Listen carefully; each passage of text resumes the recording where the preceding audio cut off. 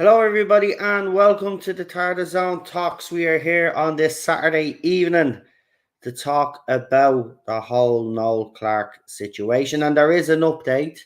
And before we bring our guest on, just to let you know, all the links to all the stuff that you need is in the link description, along with Gobby Guy's stream. Um, that he did on this situation as well. As you know, there's a few of us actually covering this on our side. But I did find something out very fascinating, actually. I forgot to mention this during the live stream that Gobby was doing. But very interestingly enough, it looks like look, to me, it's directly linked to all the work that John the White has done, to be quite honest. But it seems like there are other channels out there on YouTube that we don't know that are talking about the justice for Noel Clarke. They're using the hashtag in their link description, because when I was putting that hashtag into YouTube today, it told me how many videos were linked to the Noel Clarke situation, and there's hundreds. So there's people talking about it, but we need to get it out there, and this is why channels like mine, Gobby's, and On Comics, and all the other channels out there discussing it. It's very important that we keep it in the public eye. So without further ado, because we've got about an hour and a half, we'll probably be finished before that, because we have decided that we're just going to concentrate, because you already know all the stuff about the first article, right? You have seen the videos, so you already know. So we'll briefly, obviously, John will have to briefly touch on that while he's talking about the new stuff. So after the first article, a couple of days later, just to give you a bit of background, a few days later, I think another article by The Guardian dropped with other allegations. And that's what John has focused his second investigation on. And he also looked into the whole incident between, the people out there saying that Noel Clarke threw John Barrowman under a bus. We already know that isn't true, because John Barrowman has actually publicly come out and actually said it had nothing to do with Noel Clarke. But unfortunately, John Barrowman was dragged into all of this, and then he had to obviously apologize and relive something that he had already apologized for and was reprimanded for, as you know. But without further ado, I'm going to bring on my guest, the guy that has been behind this investigation and has done an absolutely fantastic job. It's the one and only John the White. Hello, Noel. Hello, TARDIS Zone. It is wonderful to be back here with you all. And firstly, I just want to say how fantastic that is, Noel. You know, that yes, it's working. It is. I'm going to throw that shifting screenshot. things. Yeah, I'm going to throw that screenshot up, because I forgot to actually tell you while you're in the live stream, because I knew that would have perked you up. But it seems like there are other channels out there right now, John, that are discussing this. I'll send the screenshot to you privately, but I'll throw it up publicly as well on Twitter. Sure. But there is momentum behind this, but we need more, of course, and that's why we're here tonight. We're here because you've got an update, of course. I have, yes. And it's a pretty big update as well, might I add, guys. So stay tuned, buckle up, fasten your seatbelts, folks, because this is gonna be, because if you were listening to Gobby Guy's stream, some of you already know what you are in for. For others out there, I see some new people. Obviously, you don't know what's going on. So, yes. And also, to back up what you've just said, Noel, I can confirm that on Tuesday I am doing a pre-recorded interview, which will come out the week after, for a channel which has not talked about this yet at all. There you go. I am getting interest. It's growing all the time. And of course, the results of the first article and the live streams that were done immediately afterwards is that something rather remarkable happened while I was writing this one. Yeah. Just to let you know, just before you get into it, just to let you know, I can confirm right here now, live in front of everybody, and I'm sending you the screenshot right now. But it says, I put the hashtag Justice for Noel Clarke.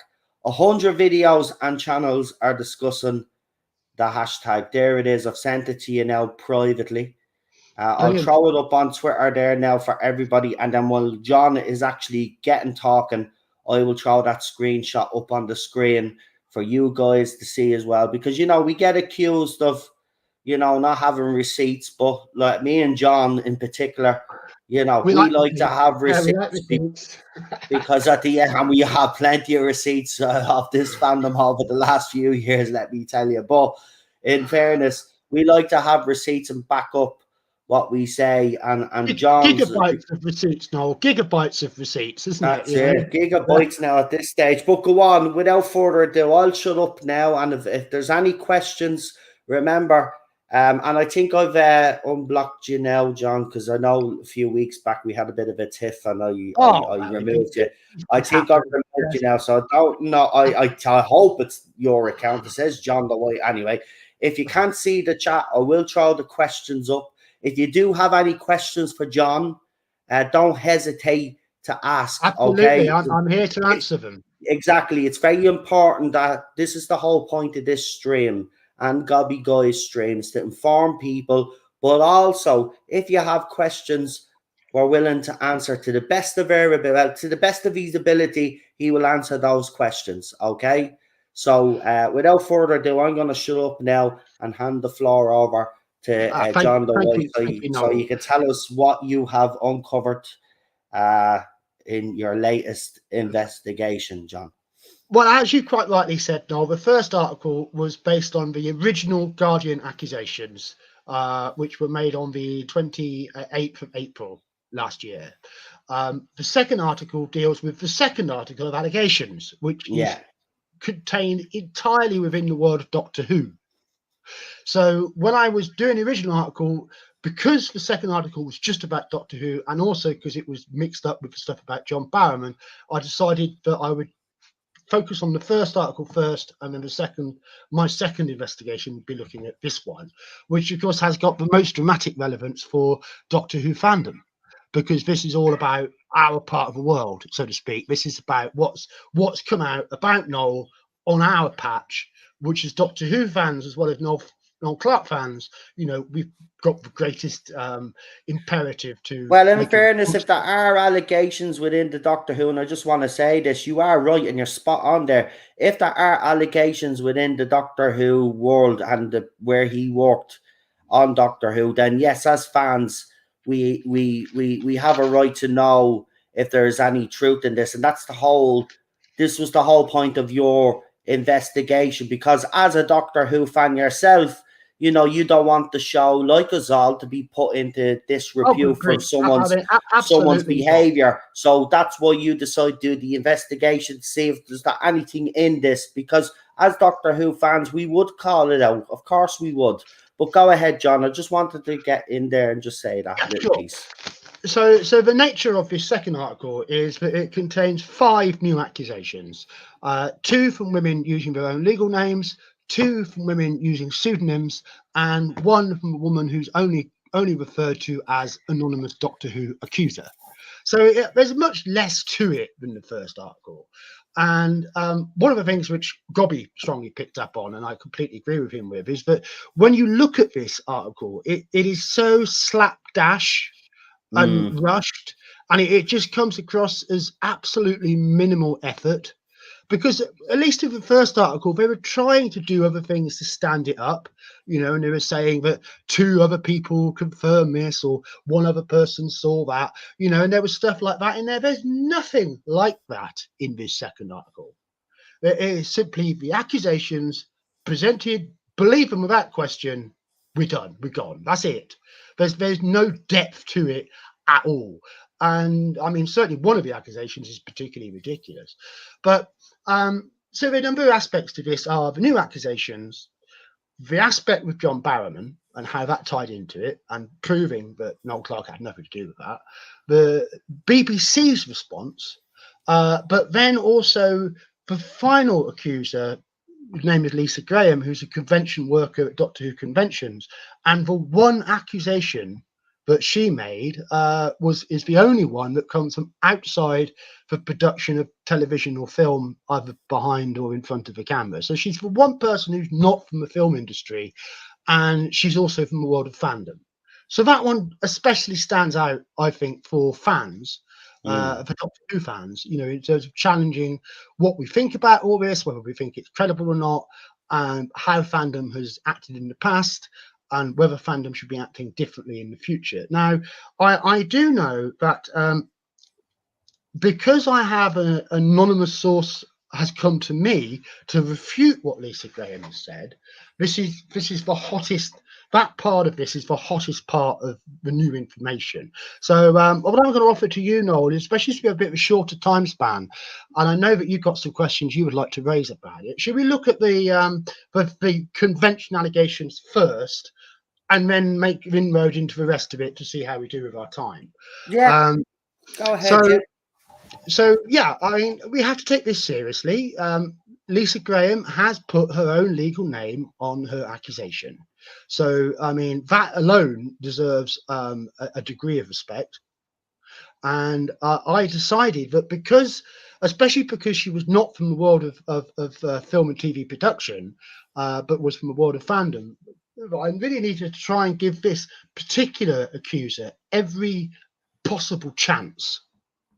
So I'm going to start off by quoting verbatim what The Guardian put in print. Because as it turns out, this is all of it. What The Guardian wrote is everything. There is nothing else to be considered here. So if we're going to decide whether this lady's claims are credible or not, what was written in The Guardian is all we have to go on. So let's start off. From this Guardian article, Noel Clarke also stands accused of behaving inappropriately at an external function related to his role in Doctor Who. In May 2016, Lisa Graham volunteered at Bournemouth Film and Comic-Con, held at the Bournemouth International Centre. She was assigned to help Clarke sign autographs and take photographs with paying fans. At this event, Graham alleges that Clarke sexually harassed her and touched her inappropriately under the table they were both sitting at. He would literally lean in and grab the outside of my thigh, Graham recalled. On one occasion, she said, Clarke attempted to touch her inner thigh. It started out on the knee, she said, but there was a point where he tried to lean towards my inner thigh and I physically moved my chair to get away. When women walked past their stand, Graham said, Clarke would rate them out of 10 in terms of sexual attractiveness and make derogatory and disrespectful comments. She also alleged that Clarke repeatedly asked her to have sex with him. Because they were both in public, Graham said she did not feel physically threatened by Clarke. However, she found his comments to be disgusting. At the end of the day, as we were packing away, Graham mentioned the harassment to her supervisor. The supervisor laughed away the remarks, Graham recalled, and did not appear to take it seriously. Clarke's lawyers said he would never touch anyone inappropriately or in a sexual way and pointed out that the convention was a public event where there were always people present. They said Clarke had no specific recollection to discussions with Graham, but wholly denied he would have conducted himself in the way she alleged, end quote. So that's the allegation. But actually, in terms of this article, I would say it's the most detailed allegation, because there's more written here about this allegation than any of the others. Yeah. So in terms of Guardian journalists writing about Noel Clarke's misdeeds in the world of Doctor Who, Lisa Graham's story is the biggest story in the article. So, it's the most serious claim in the article on the basis of that. And to summarize very quickly what she's actually saying, May 2016, Bournemouth Film and Comic-Con, assigned to assist Noel assign autographs and take photographs with paying fans, played some form of footsie leg squeezing with her under the table, would discuss women walking past in terms of sexual attractiveness, asked repeatedly to have sex by Noel Clarke, tried to report to the supervisor, report was brushed off, Noel Clarke denies all the claims. So that's the summary of what's there. Now, to start to try to deal with that, making some basic observations. This is entirely he said, she said. There are no supporting statements. There are no corroborating witnesses. This is simply what Lisa Graham claims. There's nothing else there. The supervisor, who allegedly refused to take a report seriously, is neither named or approached for comment, which stands out to me, because there's a very obvious thing. She supposedly went to see somebody who said, "Get away, I'm not interested." Yeah, that's one thing that when I was listening to Gobby's stream, that seemed to be a running theme here, right? Is that some of these alleged victims went to someone higher up. Now you made the point, Jordan Gobby stream, and I know you will pick up on this again. But there's John Barrowman, right? And he takes out his little Barrowman, right? No, we all know they wrote a song about it, and it was a big joke and a laugh, and then the radical left took over, and now everything's serious, right?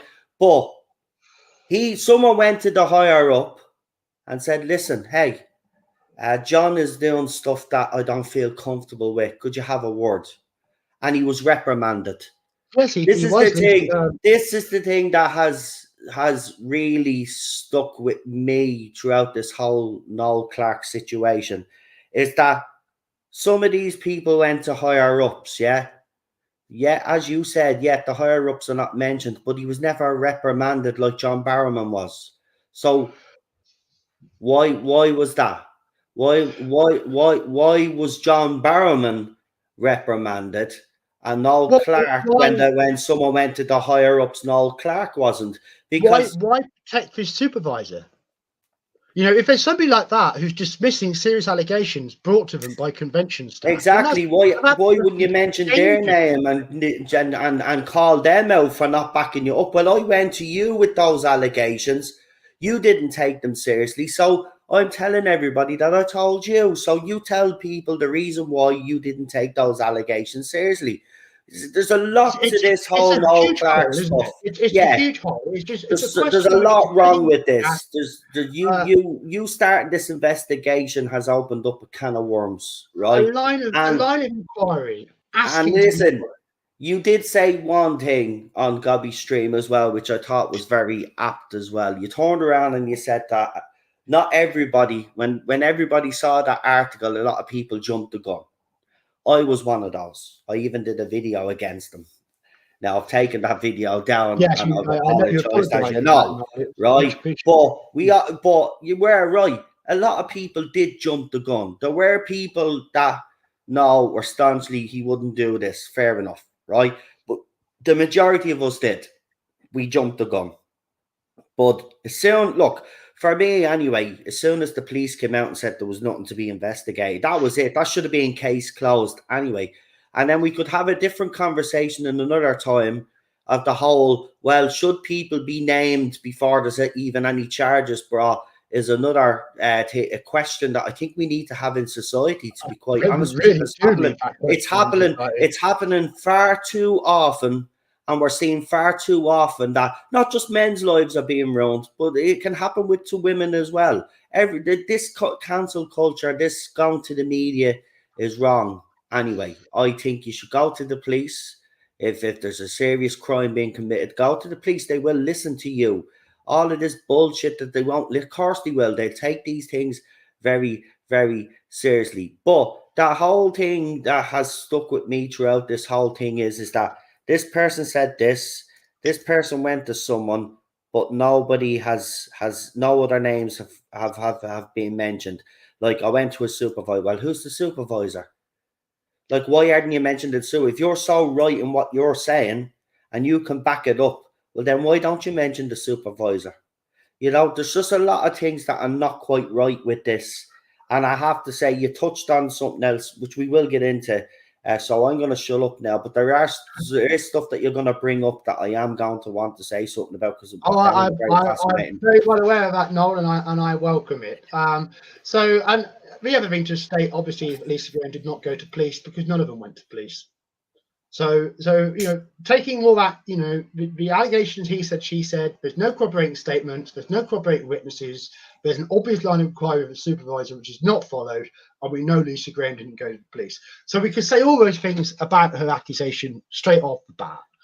And if this was one of the other accusations, I might have just drawn a line there and said, okay, that's all I've got to really say about that. Yeah. But because this one is unique, because this one is not from the film industry and it involves the convention world and fandom world, and of course, one of the questions that I'm asking and Justice for Noel Clarke is asking is when does Noel get his life back? By the way, that's the thing as well. You do have a photograph though, because I think for context for people that are watching, if you can screen share it.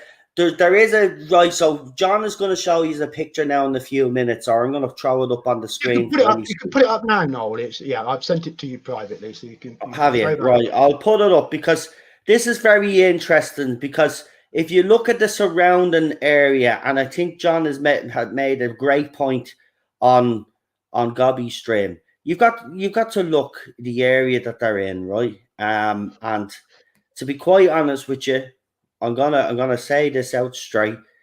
For me, as the two lads said, for the things that he's been accused of doing at that convention, I just find it very difficult to believe that he would be able to get away with what he's been accused of. Well, it's pretty incredible. Yeah, it's yeah. I mean, he'd want to be. I'm not trying to make fun of it, but I'm gonna be out straight. You know me, I'm straight talking. He'd want to be a fucking ninja, right? To be quite honest with you, he'd want to be a bloody ninja to be able to do the things that he was accused of at this Comic-Con. Seriously. The footsie business, though, I will say, the footsie business thing, okay, maybe you could get away with that under the table because the tables are covered with crap. But the other stuff, like apparently making comments as women were passing by, people would have heard him. I mean, well, could we throw that picture up, Noel? And I'm trying to find it. You said you sent it to me, but I don't. In on the stream here. Okay, right. On the stream yard. Right, hold on. Keep this one handy to show the pic at the right time. It says so. Yes, it's a tweet from Justice for Noel Clarke, which is for JPEG I've put together, because the next thing I tried to do was okay, let me see what I can try and verify. So I set out looking for photographs. Right, I can't see that there, John. There's no link or anything. Just a moment, Noel. I will stick it to you on Twitter instead. Yeah, it'll be easier on Twitter. See if you find it there. It'll be easier. It'll be easier on Twitter if you send the link on Twitter, and then I'll be able to share it. I've sent it on Twitter, so you'll find it now. There it is now. Yeah. Just got a message off you. Brilliant.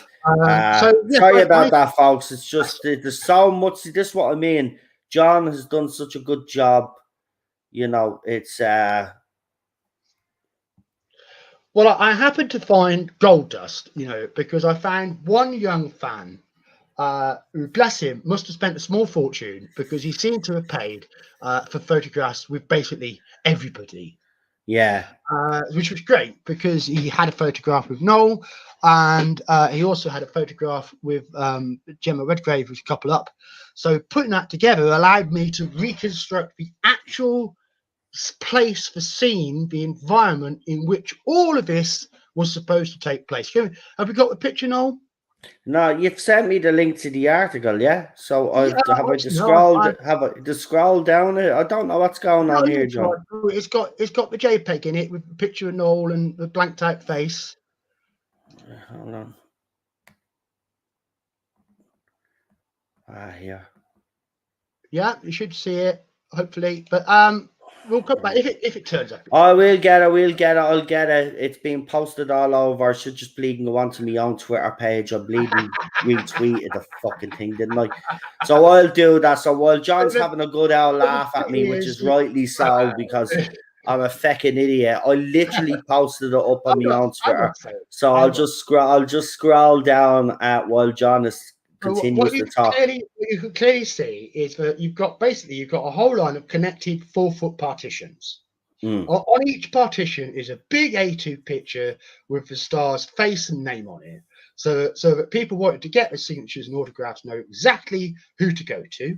Right on Noel's right is the actor actor Howard Charles. On his left is Kai Owens, and yes, one up was Gemma Redgrave. But you can see they're all in a long line. They're sardined together. There's barely a couple of feet between each one. They've got a long, continuous table in front of all of them, and there's a continuous crowd of people walking right by. That's what I said. He'd have to be a feckin' ninja to do It what would he's be being accused of. extreme ninja. Yeah, I mean, at one point in her account, Graham claims that she jumped her chair back.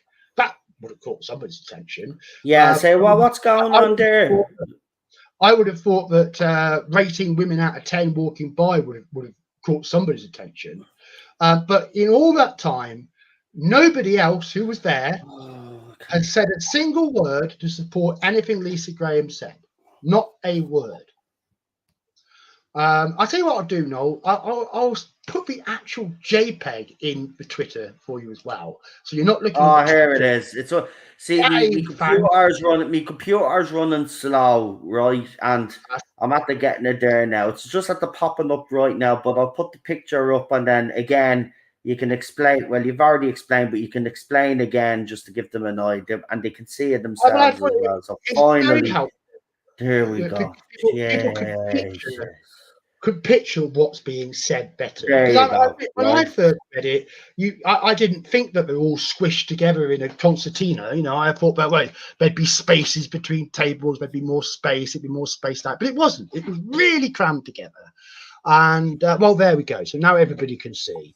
So I think that's an important piece of context when weighing up her claims. So I got that far. I thought, right, I really want to take this further. So I set out to do two things. I set out to try to find Lisa Graham, and I set out to ask other people about Lisa Graham. So went out, tried to find social media for her. I know you just had a go yourself, Noel. Yeah, this person seems to be a ghost. But this Lisa Graham is not to be found. It doesn't mean that she doesn't have social media. She might be under any kind of username. Oh no, she definitely exists because there are posts there. There are posts there via Google her. But the problem is that when you go in, she's nowhere to be seen. So the posts do have her name on them. There's like Comic-Con posts there, but the problem is that when you go in, it's like as if the link leads you nowhere. It's like as if she's a ghost. But what I found out by doing that is by not finding anything else from her. There's no other statements. There's no other context. There's nothing else to go on other than what's written in the article. So I couldn't find her on social media. I couldn't find any evidence that she said anything else about this, or that she might have said something bad about Noel Clarke before this, or anything like that. I haven't got any of that to go on. That was a complete blank. And it wasn't just me. Multiple people had a damn good go at finding any kind of social media for her and were unsuccessful. So, she doesn't seem to be active in the Doctor Who community online. But that may not be true. It may not be the case. We just haven't been able to find her.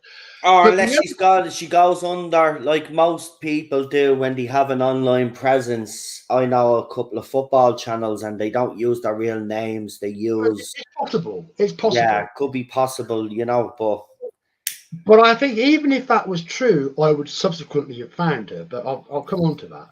Because what was successful beyond my wildest dreams was the messages I put out to sort of ask it. Does anybody know who the supervisor is? Does anybody know anything about this Lisa Graham? And we had the most tremendous success because I actually had an inside source come forward to talk to me, which is somebody who's really quite cross with Lisa Graham and very unimpressed with how this whole thing has gone down.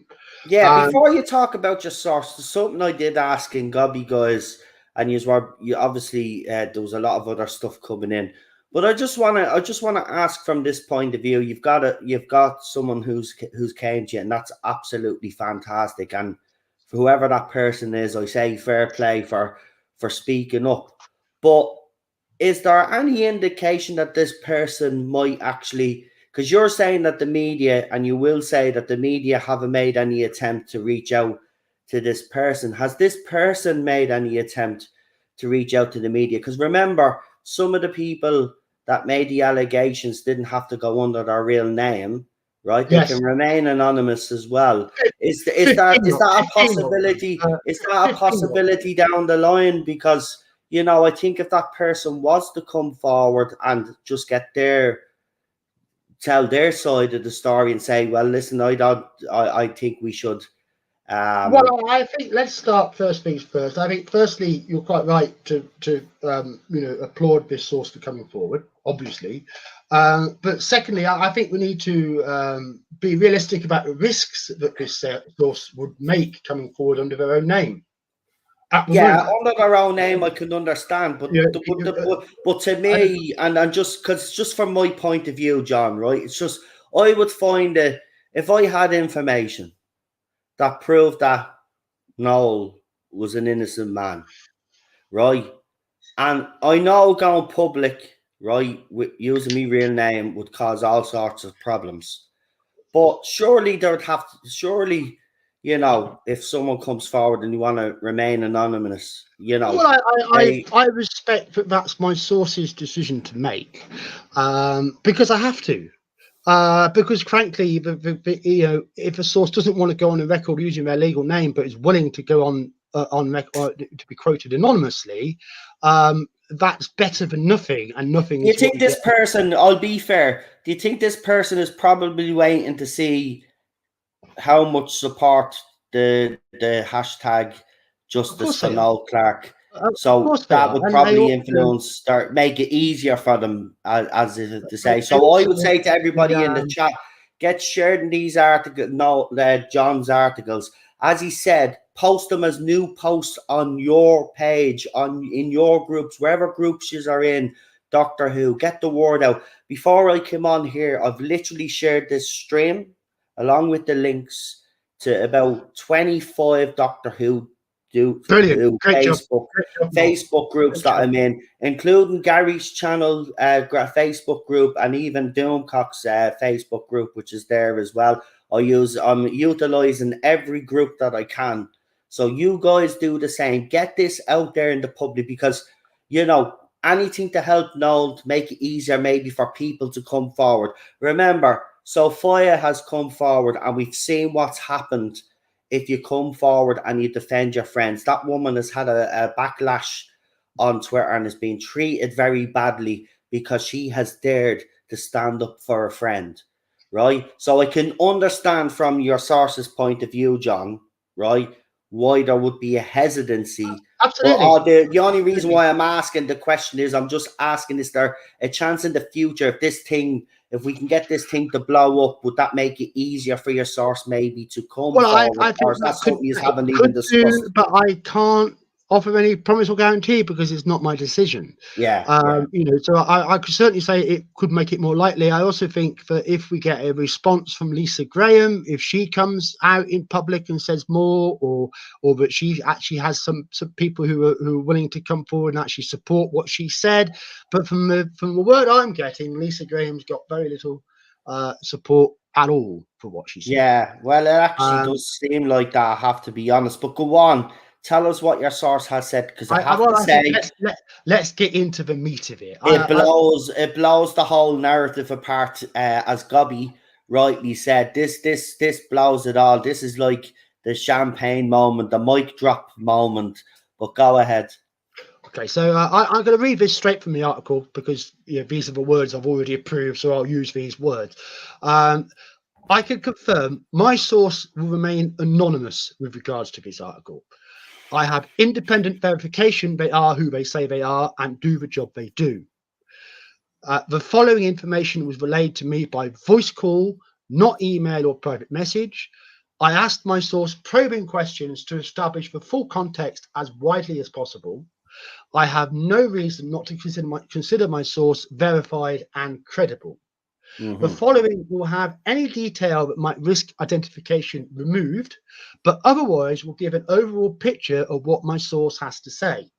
None of the following is my own perspective or characterizations, but me relaying the information passed on to me in a way that communicates accurately while protecting their identity. Okay, so that's at the front. So each of these next paragraphs all starts with my source.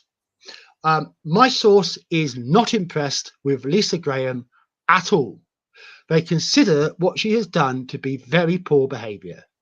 My source and my source's peers do not believe Lisa Graham. My source has worked at the same events as Lisa Graham many times.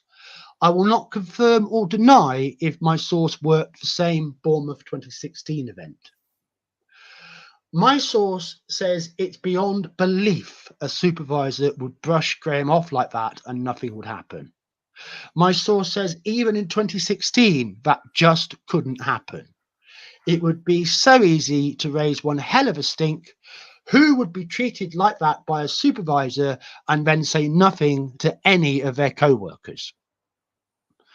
My source says that themselves and their peer group responded with derision when they saw Lisa Graham's allegations in the Guardian article last year.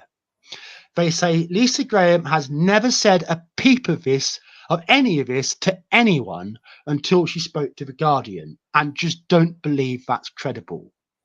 They all watch each other's backs, not that they have to, because convention workers having to fight off talent's wandering hands is basically unheard of. But if anyone was treated like that, everyone would support them. My source's peer group also contains multiple individuals who have also assisted Noel Clarke at conventions, basically done the same thing. Yeah. And they say it's ridiculous. Everyone knows Noel is one of the good ones. Never mistreated anyone, always really nice to work with, not up himself, and they just don't believe Noel behaved this way. My source echoes the same points I had uncovered about the setup of these signing events, what a complete conveyor belt it is, and how it's just too incredible to think Noel Clarke could get away with sleazing on someone like this, with hundreds of people passing right in front of him all day long and other people crammed left and right of him. My source says occurrences of talent mistreating convention workers are very, very rare. Without imparting any gossip about any individual, my source confirmed it almost never happens. If it did, word would spread like wildfire and no one would try to cover it up. And that in all the time my source has been working in this area, they do not know anyone with a negative story to tell about Noel Clarke, until Lisa Graham popped up in The Guardian talking about something she completely kept to herself for 5 years. My source says Lisa Graham is lying. The interesting thing about that is the fact that, you know, it's all hearsay, right? All of these people went to The Guardian, and can we point out that it's come from Noel Clarke's mouth himself, verified by 4 detectives, that in the 40 odd years of his life, not one investigation was ever done on Noel Clarke, not one, right? And you do have to ask that question: why are people going to media instead of going to the police? Do they not? What is it? Do they just? You know what it is? I'm going to be out straight. They know their stories are incredible, but they know that if there's that journalism has turned into activism. And they know that certain newspapers will have certain journalists in there that will listen to anything that they say. There's also something else that has been brought into it that John hasn't touched on yet. But there may be a racist element to this, which John is going to bring up. Now, I heard this in Gobby's stream, and I was gobsmacked. Now, I did see a post a few weeks back, and I think it was yourself, actually. You were bringing up that there may have been something. There could be racism involved here, right? There's people. Look, by the sounds of things from the first article, so, to me, it sounds like the person that was telling the story and saying that, well, they told this person and this person was told, and they all verified that this person told them all different stuff. That seems to be a personal vendetta. This second one also, John has pointed out, right? We can't find her. I've even tried to look myself. It's like as if she's a ghost and she doesn't exist, right? But she does obviously exist, right? And the thing about it is that why hasn't anybody? And here's another interesting thing as well. Why hasn't there been murmurings about this in the end? Because we'd know. Because trust me, the one thing that YouTubers, where it's actually a bit of a weird thing, you become in the know, right? People are willing to come and talk to you, right? And tell you what's going on, okay? Which is I've seen with my channel, right? People are willing to talk and come to you. So you get a bit of an insight of what's going on, or an insight to what's going on, and you hear things through the rumor mill, the grapevine, as they say, right? Never heard that. I've never heard that. Exactly what Noel's or what John said there. All I've ever heard is nice things about him. Yeah, when he's working on set and he's producing it and it's his own money, of course he's a hard ass. He has to be. It's his reputation on the line, basically. Nobody is perfect, right? Did he give out to someone one time? He probably did. Did he scream at someone once? Probably did. Who gives a crap, right? But the thing about it is that all of this comes down to one thing.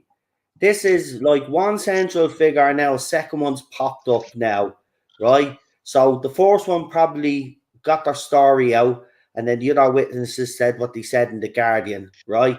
And it didn't have the traction that they thought it was going to have. So they needed someone else to back up. So I wouldn't be even. I'll actually even go as far as to say I say there's a bit of conspiring going on.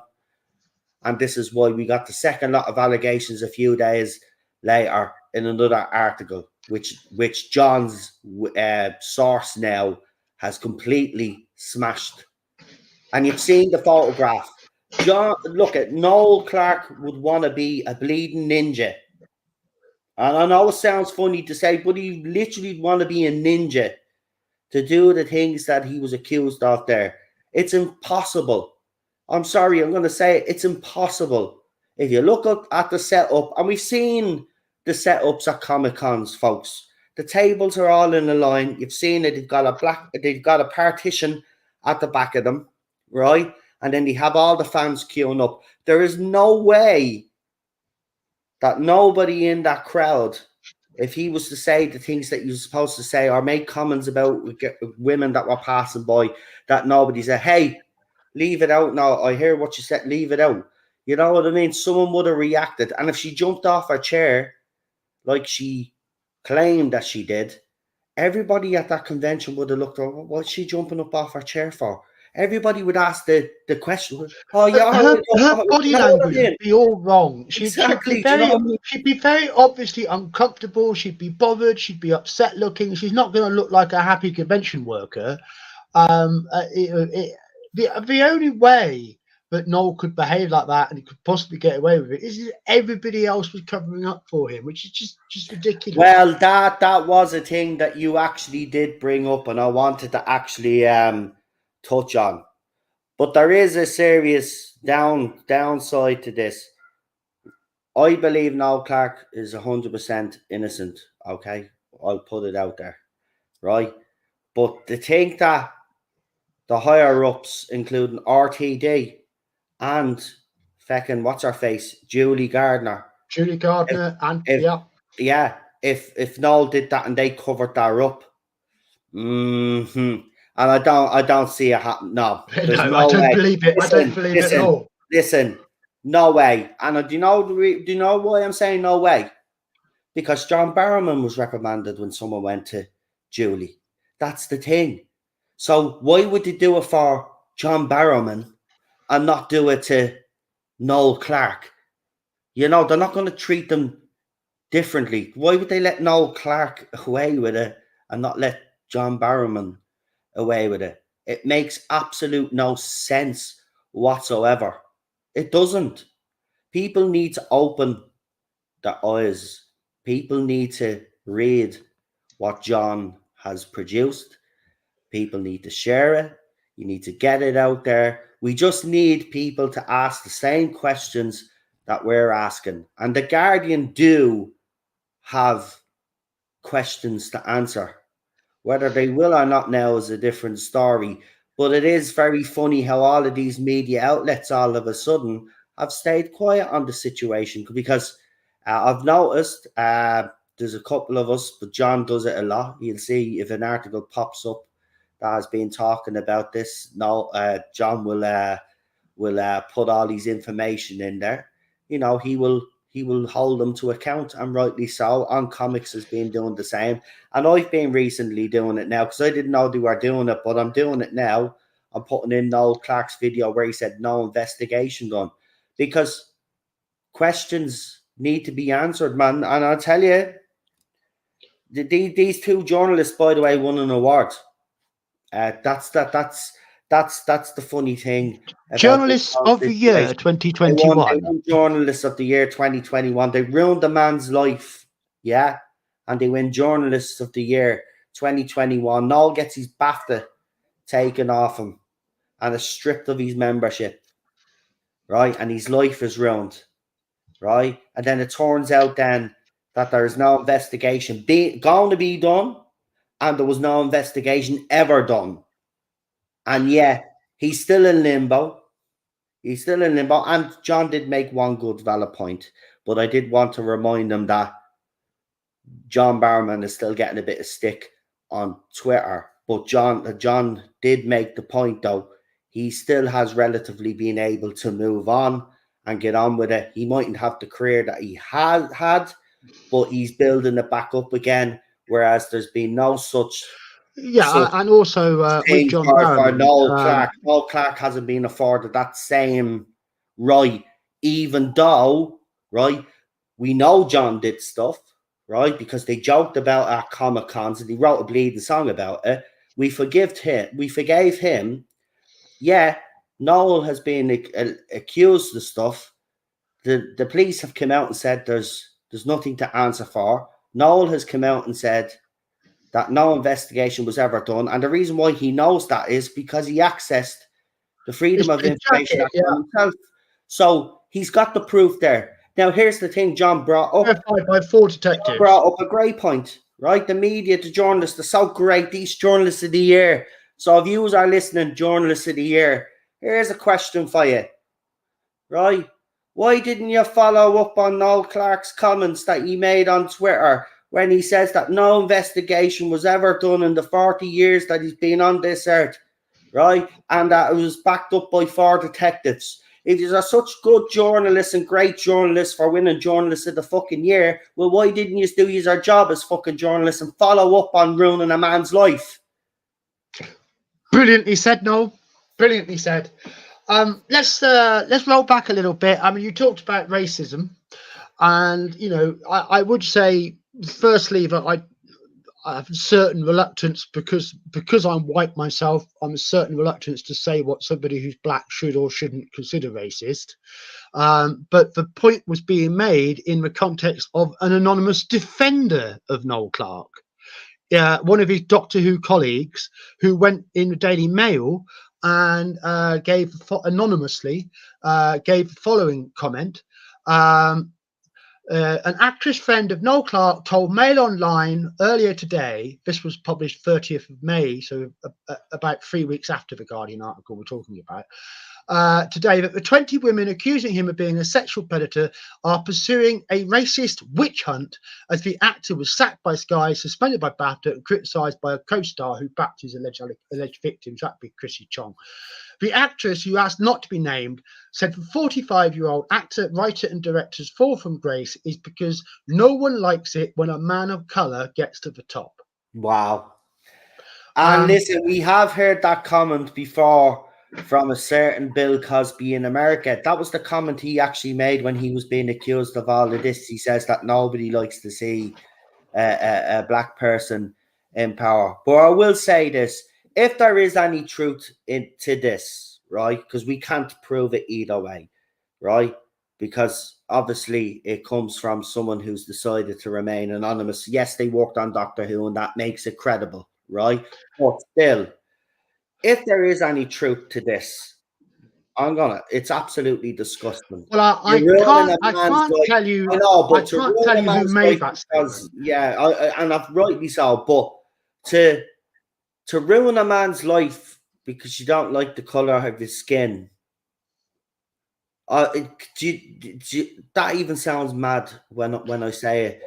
Well, Do you I was notice going to that? say, That's crazy, right? That's going on in 2022. If it is, right? That's mad if that's going on in 2022. And I tell you though, this whole thing stinks of some sort. Look, the article was definitely a hit piece, but this whole thing stinks of a hit. And I just, Noel, unfortunately, there's not much he can really do except do what he's going to be doing, which is obviously taking legal action. But he's not going to take legal action against BAFTA, obviously. That was discussed, but I think it's the right decision. I the mean, Guardian case is going full speed ahead. The Guardian, see, this is what I mean, right? The Guardian's the one that started it. So, you know what they say, you cut the head off a snake, then. What I was going to say, Noel, there is that I can't tell you who did say that statement, although I do know who it was, Right. and I can confirm that it was not Sophia Miles. Yeah, I think I know who it is. I Sophia actually think has I know. Sophia has also said similar things, that she believes there's an aspect of prejudice and racism in Noel's treatment. Yeah, I actually think I know So who it is, though. I'll yeah, tell you. you I'll tell you you in the probably private do. chat. I'll tell you in the private chat. But yeah, for the purposes of this stream, I'm not going to confirm who it is, but I can confirm it's somebody else than Sophia Miles, which I think is worth noting. Let's come back to my inside source on this. As you say, what they have said, and it's not just them talking, but it's their friends talking through them as well.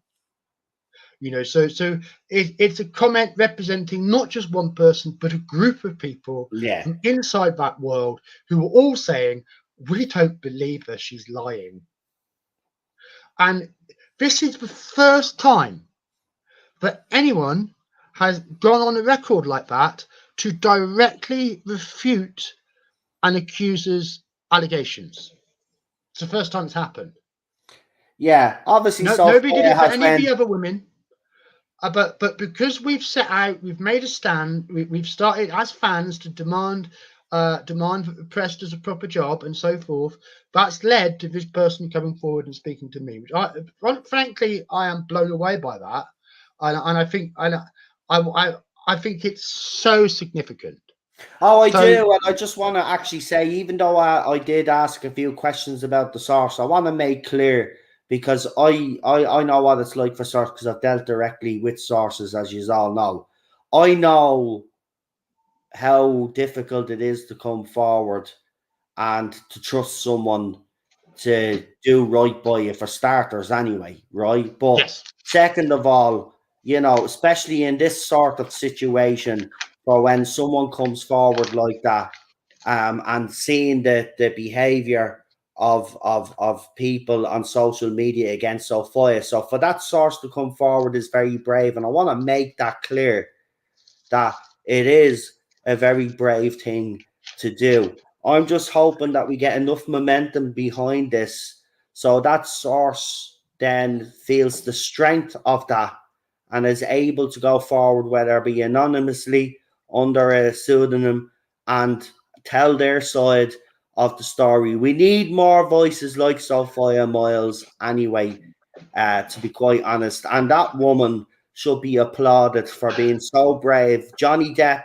and then obviously we all seen with that case in Sophia, and like a lot of people were vindicated there. And she's come out and she's backed her friend Noel Clarke, and from day one she's backed them, and she has these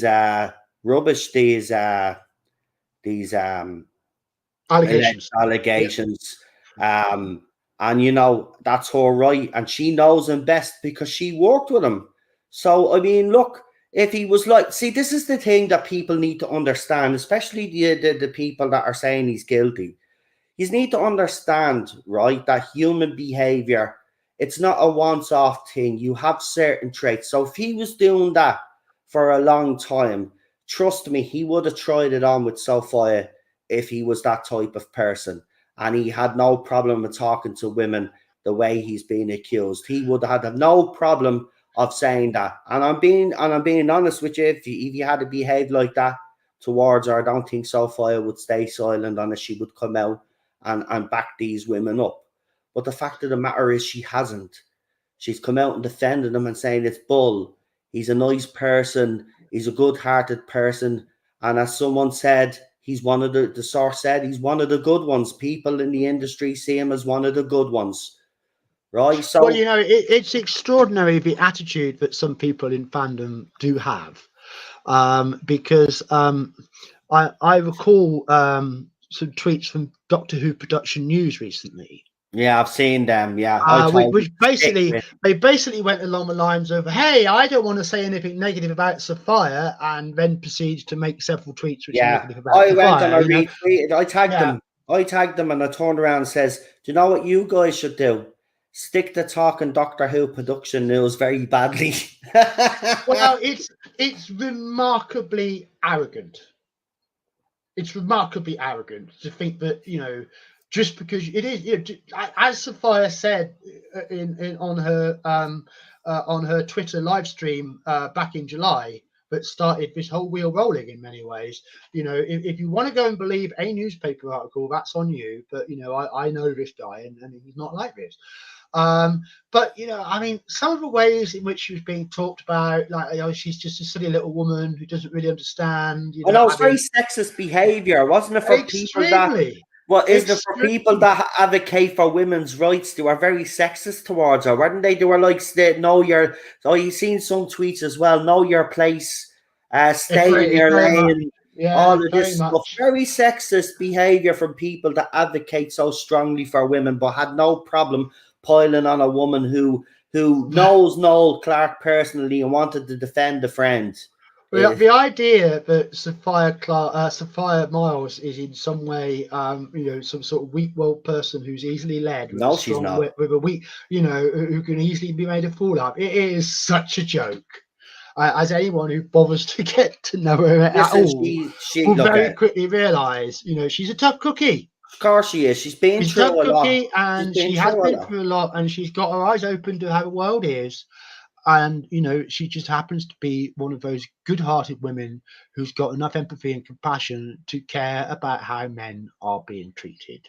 Yeah, and she's You one know, of the good ones. that's Listen, she's amazing. I watched her on Gobby's stream, and again, Gobby is here. I don't want to blow smoke up your ass, but fair play to you, mate. Fair bloody play to you. That was that's just fantastic. It was that wonderful. that was a brilliant live stream. As I said on Twitter, I'll say it again publicly, man. It's something you deserved. After all the shit you've taken as well, actually, over the last couple of years with this fandom as well. You deserve that. That was nice. And I'm just so glad that nobody went in to ruin it. It was very peaceful. Everybody was very nice, and you know, she answered a couple of questions which everybody actually appreciates. But she came across, and you came across amazing, man. So I'm proud of you, man. I'm proud of you. Yeah. Well I'm done, Gobby. not trying, It was an not epic stream. not trying Yeah, to it be was brilliant. patronising or anything. I don't want you thinking I am. I'm genuinely buzzing for you. Because as I said, I know that'll never happen on my channel, get interviews like that. So when I have friends that go on and get an interview like that, man, I'm buzzing for you. I really am, and I'm glad it went off so well. And you know what? You're all right, man. That's one pretty powerful woman who doesn't take crap. Um, No, now she I've got my eye on the time a little bit here, Noel. So we're No, going to go have to on. Wait, look, try and move along a bit. But I look, wanted to look, pick out look, one look. thing Wait, before you Bradley's just said. hold on. Before you start, we'll run over. We'll run over you. Oh, All right. okay. It's Show was going to grand. let you. Take Right. take your Fine. time. It's Fine. grand. Right. It's grand. I want to pick out a comment from Bradley from Darren Bradley here. who says a vendetta possibly against Noel from him calling out his experience with a film set in Fishing Village. Which is, just to put that on the record, this is right. Noel did a film, I think it was called Fisherman's Friend. And it was a light-hearted romantic comedy set in a Cornish fishing village. But he was completely airbrushed out of the promotional material for that film. And this would have been maybe 2014-ish, not that long ago. So there was a bit of a flap because he did get some press for saying, "Hey, I'm being whitewashed out of his picture," and it was strange. I mean, his name was on the cover, but he was actually taken out of a group shot that was the cover of a video. Why? I don't know. But I mean, there was a thing with whether Noel suffered some form of racism there. Because it does still go on in the industry. I mean, we mustn't think that it Unfortunately, doesn't. it does, and my eyes have been opened because, look, is it as rampant as people make it out to be in society and stuff? I don't think so, and I don't agree with that assessment, to be quite honest with you. But there are pockets in industries. It's still happening in the music industry. It's happening in the film industry. On both sides, there's reverse racism and all going on there, but we won't get into that. But like it is in the industries, and it's rampant there, unfortunately.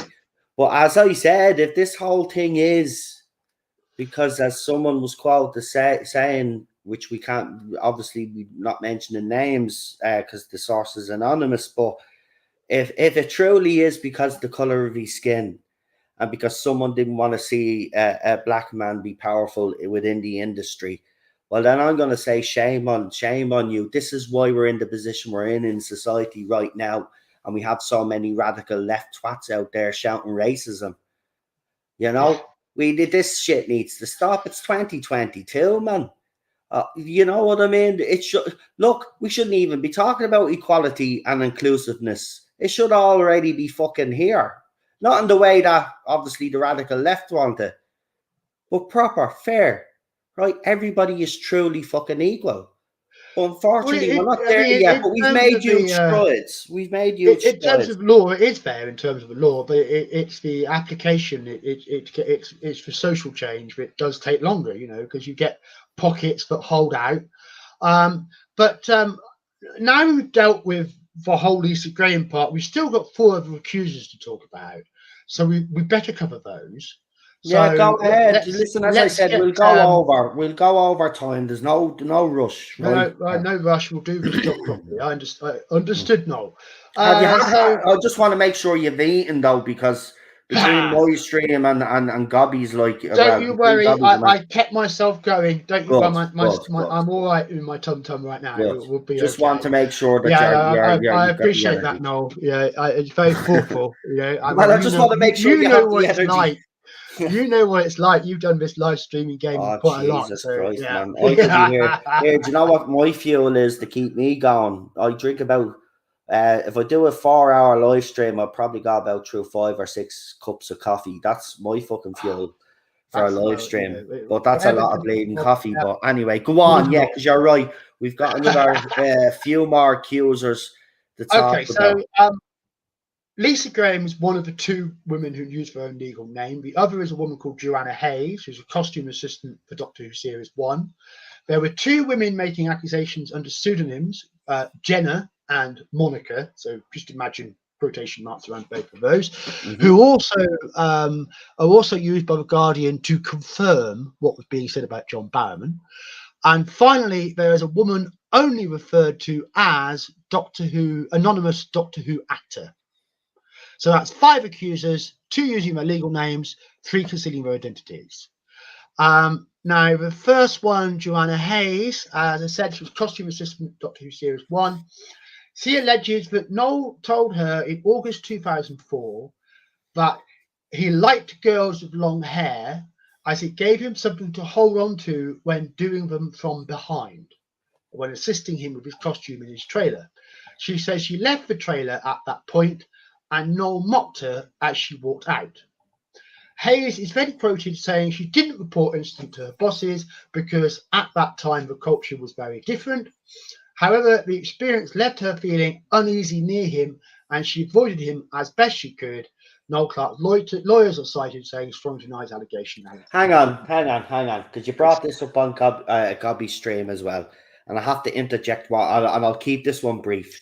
So let me get this straight. He said all of that. She felt uncomfortable. She left the trailer. Who did his makeup then for the rest of the shoot? So she didn't. So she didn't go to the bosses, right? So what excuses would she have made to the boss? Well, I don't want to do Noel Clarke's makeup. Well, you have to do Noel Clarke's makeup. Well, I don't want to do Noel. Well, you're fired. That's what would have happened. So it would have gone something like that, unless she had a very good reason. And if that happened, it would have gone upstairs. It would have been a complaint upstairs. And apparently Noel was tormenting her, and did this to her, and she was so incensed and so upset that she stormed out, as you say, without finishing his costuming. Somebody would have had to do that. Somebody would notice that she was upset that day. You would think that with all of that factors, there would be something to confirm, to back this account up in some way. Even somebody who didn't want to go on the record with a name saying, "Oh yes, I remember when Joanne was so absolutely furious she stormed out of Noel Clarke's trailer." That would not be noticed. There's no way that could happen and it wouldn't be picked up. No, you're right. Yeah, and it's right to bring it up because there's no way that in the industry that she walks in, she refuses to do his costume, right, without it being questioned. And as John said, she would have to have some pretty good excuse. So what excuse and that's the question I would ask, what excuse would the bosses actually think was acceptable? Bottom line is, if somebody's holding up costuming and actors are late on set, that's money being burned. And even the BBC doesn't waste money, not if it can help it on that level. Yeah, exactly. There's question marks there about the story to start with. In that it could have happened without any kind of impact. Also, because she's using her legal name, I was able to check her out, and she hasn't worked in the film industry since 2013. So she's not been intimately involved in the industry, but 17 years later, after this apparently happened, she popped up in The Guardian with her story. And again, though, has there been anything prior to the 17 years that indicates that she might have tried to warn people about? This is another thing as well that I wanted to bring up in the chat. I said I'll wait until we stream. This is another thing with all these people. Did it not occur to them to say something like way before they said something? Because in essence, the fact that they stayed silent, if Noel Clarke was indeed guilty, well then, whether they like it or not, they would be complicit, because the fact of the matter is they didn't come forward with the relevant information at the time. I've been saying this all along, and this accusation is no different. Exactly right. The next one is Jenna. She is described as a runner and driver on Doctor Who in the mid-2000s. Right. So the time that Noel would have been on Doctor Who, isn't it? Yes. Yeah. Somewhere season 1, season 2. Yeah.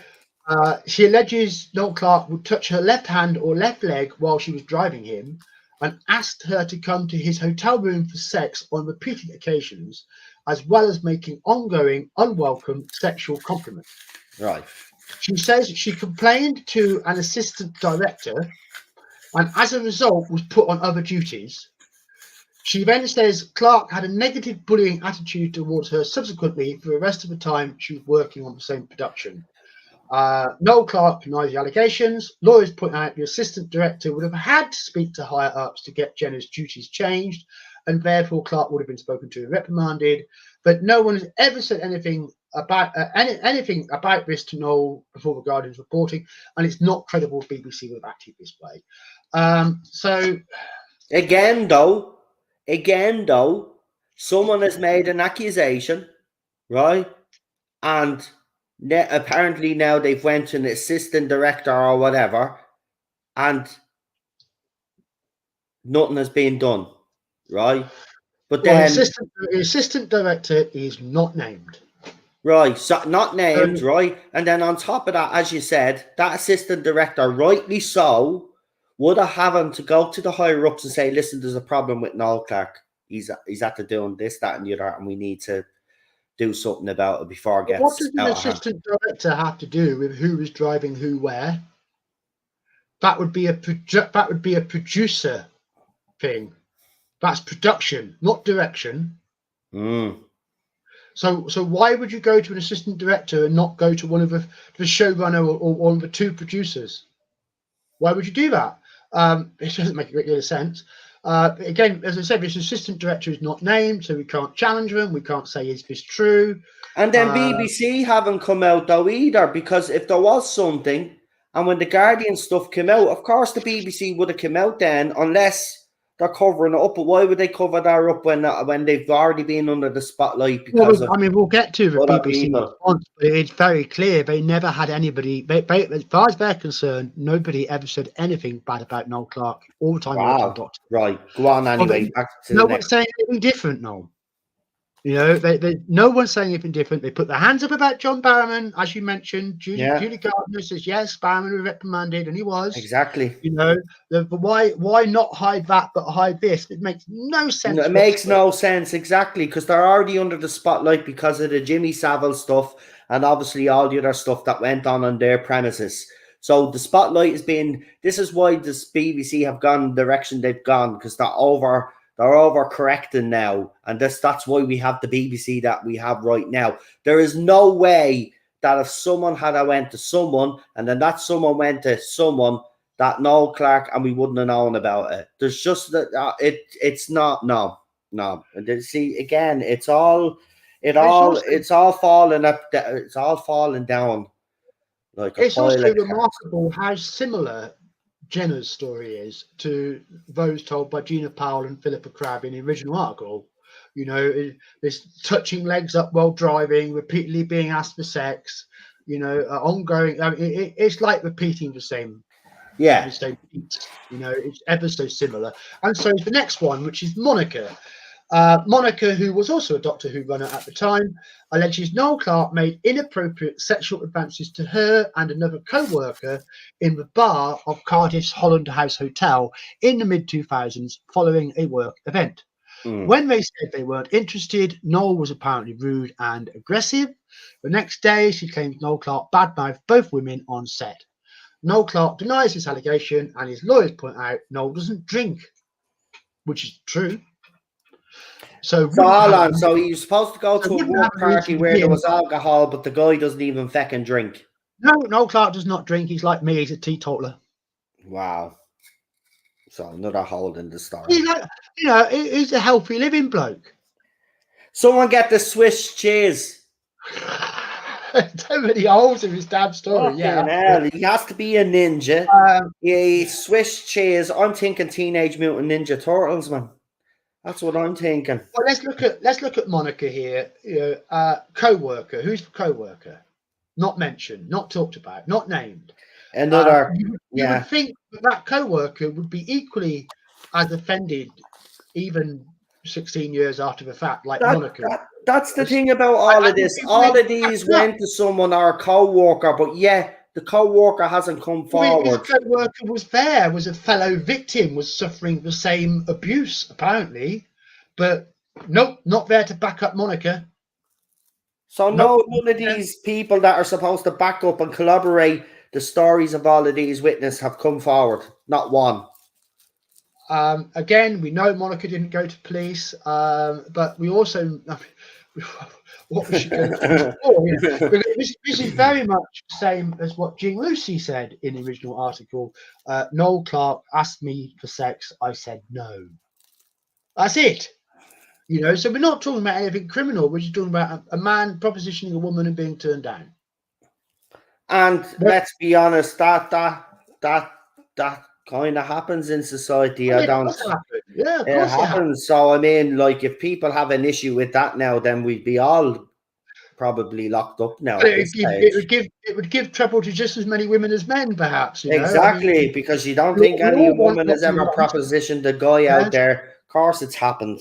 Look, that sort of stuff kind of annoys me. To be But quite the other honest. thing that stands out with this one to me is also this claim that both women were bad-mouthed on set the next day. Okay. Well, there's nothing to back that up either. Well, if they were bad mouthed on set, they'd literally have what, about 20 witnesses, wherever how many people's on set. At Right? least, but this is the thing, is that this allegation that Noel Clarke badmouths people has been knocking around for 11 years now, and it all comes from Adam Deacon, who was the first person to start it off. And we know that he had cannabis psychosis, and he did death threats against Noel's children, and he chased after his neighbour with a machete, and he got convicted of both of those things. So we know that Adam Deacon is a very troubled character. But what really stands out to me is that in all that time, before the Guardian allegations, when it was all about Deacon and his stuff, and when that was big in the media, because of course that trial got substantial press at the time, there's nobody has ever got on the record to say, yeah, that's right, that is, Noel did badmouth him or her. No one's ever said that. No one's ever substantiated one of his claims that Noel Clarke goes slagging people off if he didn't get what he wants out of them. But in terms of the Guardian characterising, trying to characterise him, trying to characterise his behaviour as this creepy abuser dude, obviously that suits them very well, but nobody's ever backed that up. Even at Adam Deacon's trial, he didn't produce any witnesses to try to back that up. So, has there ever been any truth in that claim? But here we are, yet again, being trotted out by this Guardian article. The last of the five is the anonymous Doctor Who anonymous Doctor Who actor. And look, at this point, we might as well laugh, really. But I mean, straight from the Guardian, this is what is said. A Doctor Who actor who asked to remain anonymous has told The Guardian she was also sexually harassed by Clarke in the early seasons of the show. He made advances on me, she said, regularly asking me if I wanted a piece of his dark chocolate. When she rejected his advances, the actor said Clarke badmouthed her to people in the industry. Well, just be talking about that. There's no evidence of this badmouthing. And this accusation is totally he said, she said. There's no dates, there's no places, there's no times, there's nothing to tie this any further than just a claim in the newspaper, which comes down to saying he asked me if I wanted a bit of his dark chocolate. I mean, it's so juvenile, really. But this anonymous Doctor Who actor, for one question which is worth asking about this is, who is that person? But what I discovered, because of course the number of women that could be, if we took the criteria as a woman who had a speaking part in an episode of Doctor Who Noel Clarke was also in, if that's the criteria, then there's a list, and it's not that long a list. Actually, I said that to you in the chat. There's only so many people. There's only so many women that he worked with, right? So it's not Sophia that's made the claim, and it's definitely not Billy Piper, because if it was, she would have come out and actually she wouldn't have to remain anonymous, because she's actually pretty powerful right now with the shows that she's doing. So I'm pretty sure it's not. I'm pretty sure it's not her. So if it's not her, it's not Sophia. It's definitely not Camille. When I went looking into it, there just isn't any conclusive evidence as to who it might be. So I have suspicions as to who it might be. Yes, I do, but I have no proof of that whatsoever. And none of the possibilities have come forward to say anything bad about Noel Clarke. Again, So nobody has come forward. The key word here in all of these allegations that are being made, and the fact that these alleged victims are people say that they've got people to corroborate their stories.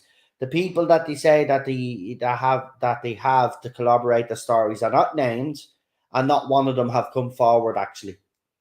So and again, on top of which, we know for a fact that anonymous Doctor Who actor did not go to police. So, I mean, my way of looking at this allegation is just so weak. But if whoever the person is who's made it wishes it to be taken more seriously, they're going to have to do something. They're going to have to get up and stand this up better, because as it is, I think it's the biggest joke of the lot. Out of all of the allegations which the Guardian printed, I think this one's probably the biggest joke of the lot, because it is so can I ask you, lacking. John? Because do you think they did this the second article to double down on the first one? Because the first one, in fairness, when you read it and break it down like you did, it doesn't sound credible.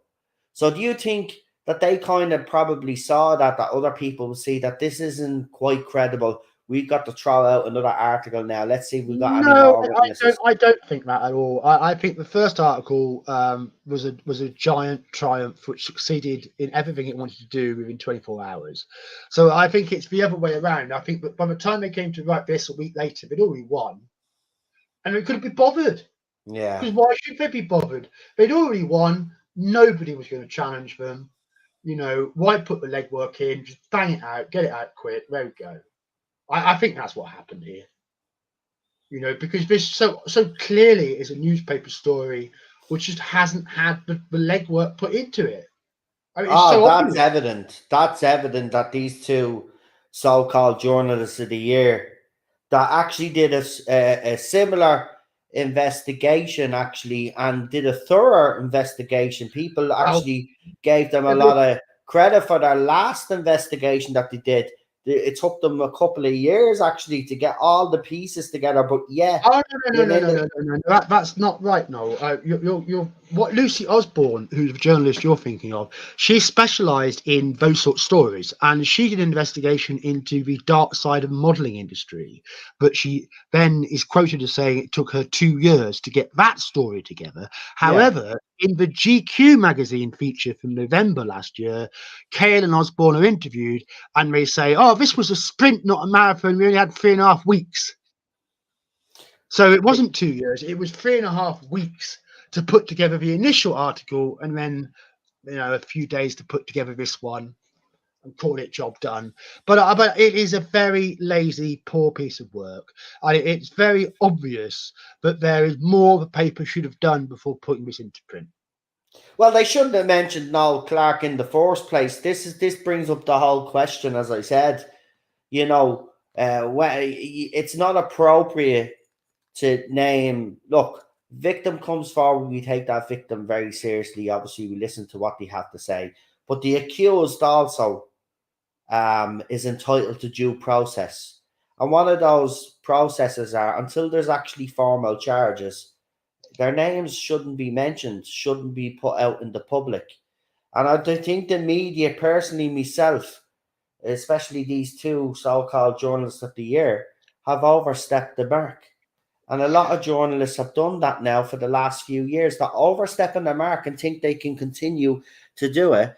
But at the same time, how many countless lives have all of these journalists ruined with their hit pieces and not, again, this is the whole thing as well. Media have a responsibility, right? And they should also be telling alleged victims, listen, don't be coming to us, go to the police or go to someone that a priest or someone you can talk to that can help you through this. But going through the media is not the right way, because media want to sell papers. So That is what they're mentioning for. Noel Clarke's name and saying that he's accused of all of this sells newspapers, and that's all, and clicks, and that's all they're interested in it. They're not interested in the fact that he could be innocent, and it turns out he is. So they've done the damage. They're sitting back silently now, right? Which I think is absolutely disgusting. John has tried to get their attention. I've tried to get their attention. lot of other people, I'd ask you to try, tag the Guardian newspaper. We need to get them to speak up. There's questions, right? And we need answers. And Noel needs those And answers on that because basis, it's well worth saying you can't go wrong to follow the Justice for Noel C Twitter account and retweet Justice for Noel C tweets. They're all bang on. You won't go wrong retweeting any of them. exactly. And as I said, all those links are in the link description of this stream right now. So if you want to YouTube, the links are there as well. John's investigation, all of it is there. Gobby's stream is there as well. And then when On Comics does his stream with John, and obviously when we find out who the other channels are that are doing it, we'll stick them all in because we got to support each other here as well. The people that are doing this, and we have Gobby's been supporting me, John's been supporting me, I've been supporting them. On Comics the same. They're all here showing support, sharing it, and getting it out there. And that's what I'd ask you all to do as well. Let's keep getting out there. These journalists of the year, me arse. I do better journalism. I do better journalism myself, man, sitting here on me bleeding sofa than you do, Noel. You do. Yes, you do. And John, look at John's. He just made the show of them. They're the professionals, by the way, apparently. Remember that. Journalists of the year. Professionals. They are. They're active. Did you know what? They should have changed the award to Activists of the Year. And the two women that ruined Noel Clarke's life. Come on up. Basically, yeah. Basically, yeah. So tell us, why did you ruin Noel Clarke's life? Well, because we hate men. All men are evil. They're sexist, they're bigots, misogynistic, and we want to get rid of the patriarchy. So journalists of the year, suck it. Get away. Pretty much. Yeah, pretty much. The opportunity arose and they took it. That's what they did. That's it, man. They're not journalists anymore. They're activists. They're propagandists, right? They have their own beliefs and their own ideology, and they run with it, right? This is why I don't trust the media anymore. I wouldn't trust them as far as I throw them, right? People out there, YouTubers out there, we've seen it. Right, do far more better investigating and far more better journalism than half of the twats in the newspaper and the media today. Absolutely disgraceful that they can ruin a man's life and then stay silent on it. As this is why we need to get their attention. We have to keep it going. We have to try get this hashtag trending somehow. Because I actually believe if it trends, right?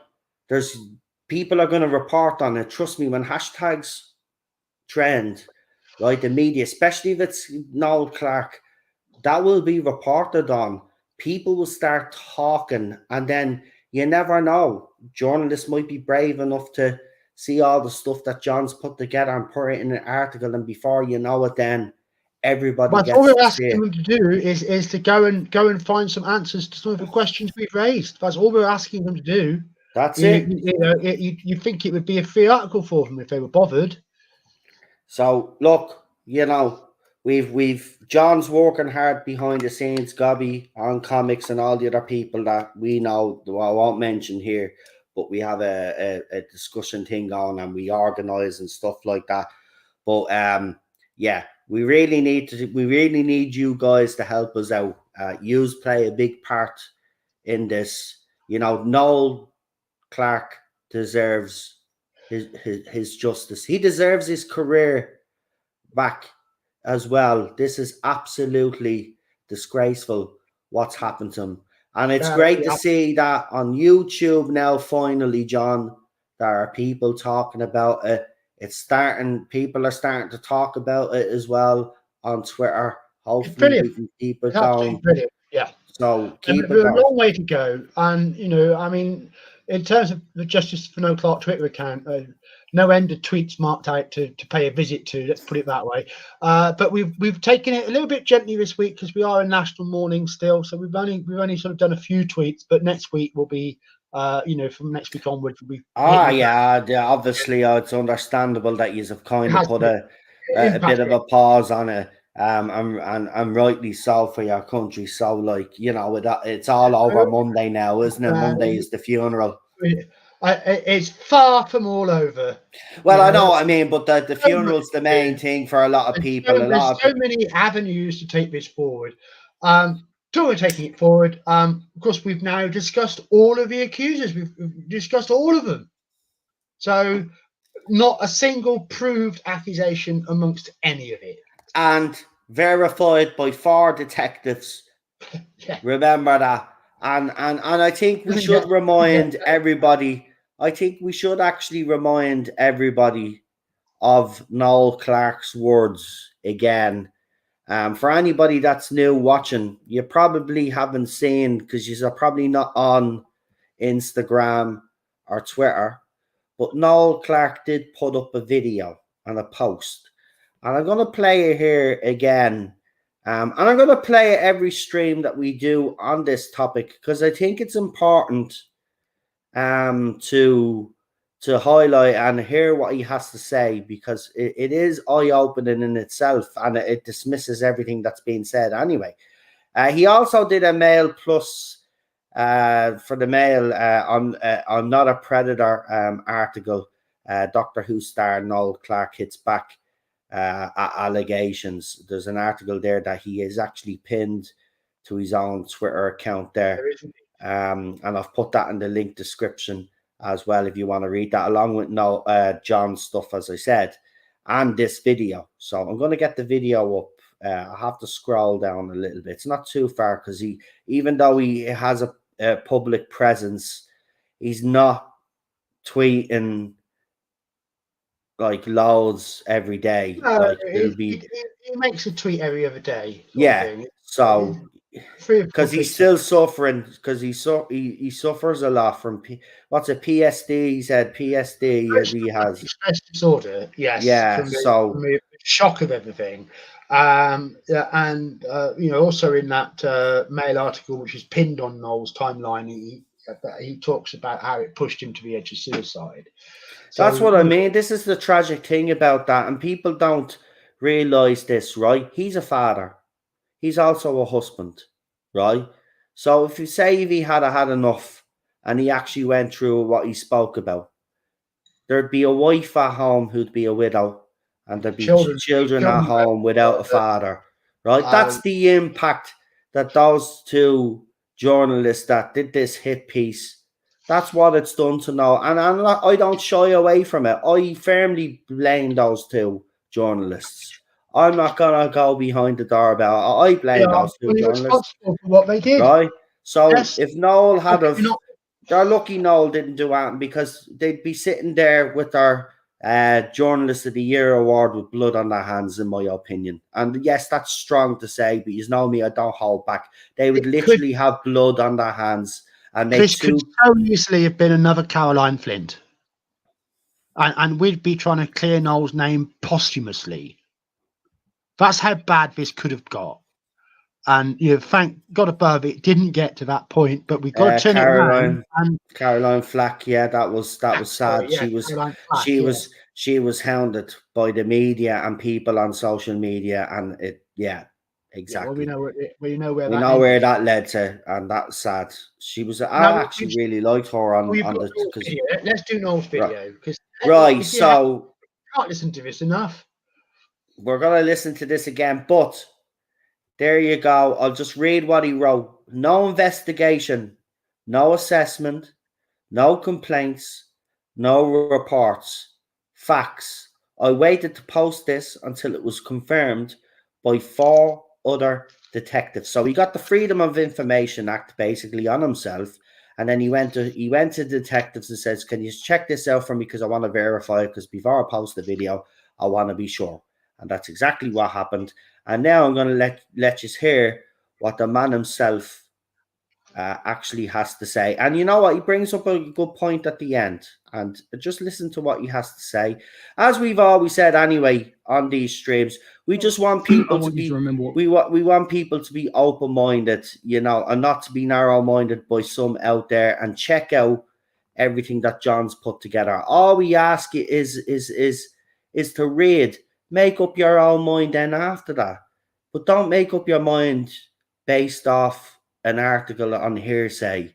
because there's a man's reputation and a man's life at stake here. Basically, he, as I said, he wouldn't be.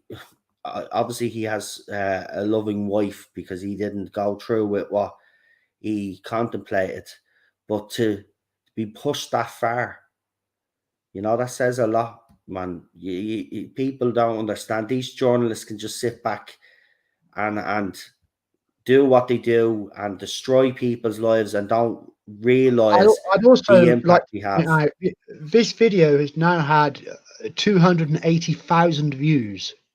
Yeah, 281,000 views it has, and I've been retweeting it. I actually have it as a YouTube short as well. I shortened the part out where he said no investigation. I put that part up. It's a YouTube short. I've done everything that I can to post this and keep this going. I even tonight before we come on, John, I typed in his name and seen people that were calling him this, that, and the other, and I just tagged them in this stream. And also, I tagged the video. I didn't give a crap. Like Yeah, no, I hashtag, should do. Yeah, put it out yeah, there. put Yeah. it out there. So let's listen to the man himself. It's only a minute and a half, but it's an eye-opening minute and a half. Oh, I want you to remember what was said about me. All these police things that were said about me. More people coming forward to the police. Police are investigating this, that, and the other, and then eventually, police have dropped the investigation due to insufficient evidence and all that sort of malarkey. I want you to remember all of that because it gives me crazy PTSD, but that's what was said. But there's a thing called the Freedom of Information Act, and when you do the Freedom of Information Act, you can request a right of access. So I requested my right of access, which is this bit of paper right here, and the email that comes with it. And basically, my right of access tells me in black and white from the Metropolitan Police that in my 40 plus years of life, there has never, ever been a complaint or police report made about me, ever, in any way, shape, or form. There's no documents found anywhere on the system where I am named as a person that's complained of or a suspect. So, interesting. So I guess now I was just so evil and manipulative that I did everything that was kind of just under the level of criminality. Or maybe, and I'm just throwing it out there, maybe it was a bit of exaggeration and collusion and embellishment and bullshit. But hey, just saying, there are a lot of bad people in this business. I promise you, I was not one. There you go. Strong stuff. There you go. Not one investigation was done on Noel in the 40 odd years of his life. So the Guardian, when they put out that headline that Noel was investigated for these crimes, they were lying to the people that they were selling their newspaper to or the links that they were putting on social media. They lied. Straight away, they lied. So if they lied about the fact that Noel Clarke was investigated, which Noel has said now no investigation was ever done, verified by 4 other detectives, right? So if they're lying about the headline and they're lying about the fact that he was investigated, then what else are they lying about? Not a lot of credibility left, is there? There's not. This look at the credibility of this, right? Quickly evaporated with me. This is why, when the police actually came out with their statement anyway, that was it. I removed my videos and I apologized because it was the right thing to do. The law of the land have deemed he's nothing to answer for. As you've heard, no investigation will be done or any investigation has been done. He's an innocent man. Simple as that.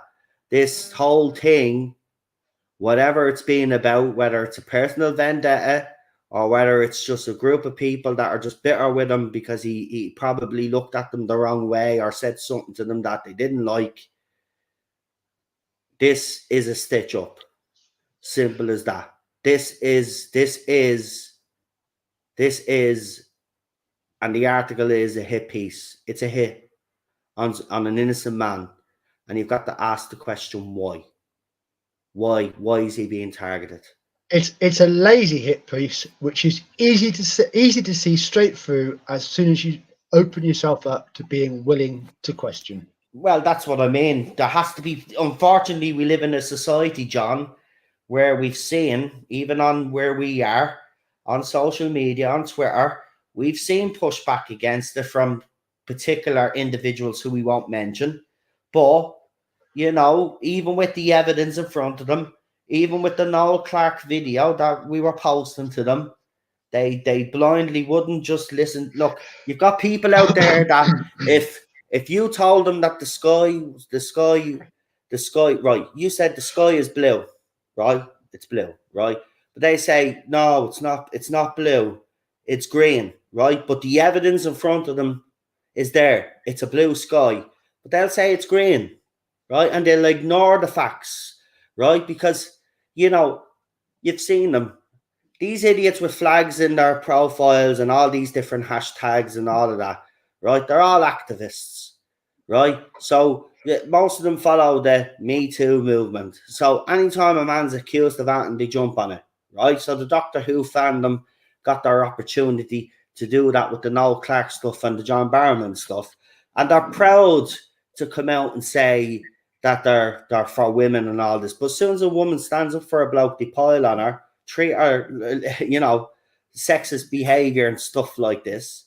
It's just ridiculous. Look, bottom line is this: you have to be, you cannot bury your head in the sand anymore, right? The evidence is there. It comes from the horse's mouth himself. He has said no investigation was done. The police have actually even come out and said there will be no investigation done on him, and there was never any investigation done on him, according to the Freedom of Information Act that he accessed and was verified by 4 other detectives. Those journalists are the ones that we should be now saying, well, you've got you guys that posted this article have questions to answer. Like, why did you allow these people to come forward, sell you a load of bullshit, and why did you just print it and print an innocent man's name? You nearly drove him to suicide. I'm not holding back on this. I firmly blame those 2 journalists. Right? They could have left a wife without a husband, and kids without a father. Right? Because he got that low. Right? And look at the hounding that John Barrowman got. He was so bad he even contemplated that he had to go and seek help. That's how relentless these people are. Even after John apologized years ago, and there was already reprimanded them when the Noel Clarke stuff hit, and that was something you did bring up, because nice little segue, actually, because obviously a lot of people blame Noel Clarke for throwing John Barrowman under the bus. Now, I already knew this, what you're going to tell people now. Yes, but bring that up because that's very interesting, John. But let people know what you know about that situation. Well, I mean, certainly. Look, what happened was that on the 7th of May, I think it was, when this article came out, this Guardian article, but also the Mail covered it, the Mirror covered it, the Sun covered it, Pink News covered it. You know, everybody was carrying this story.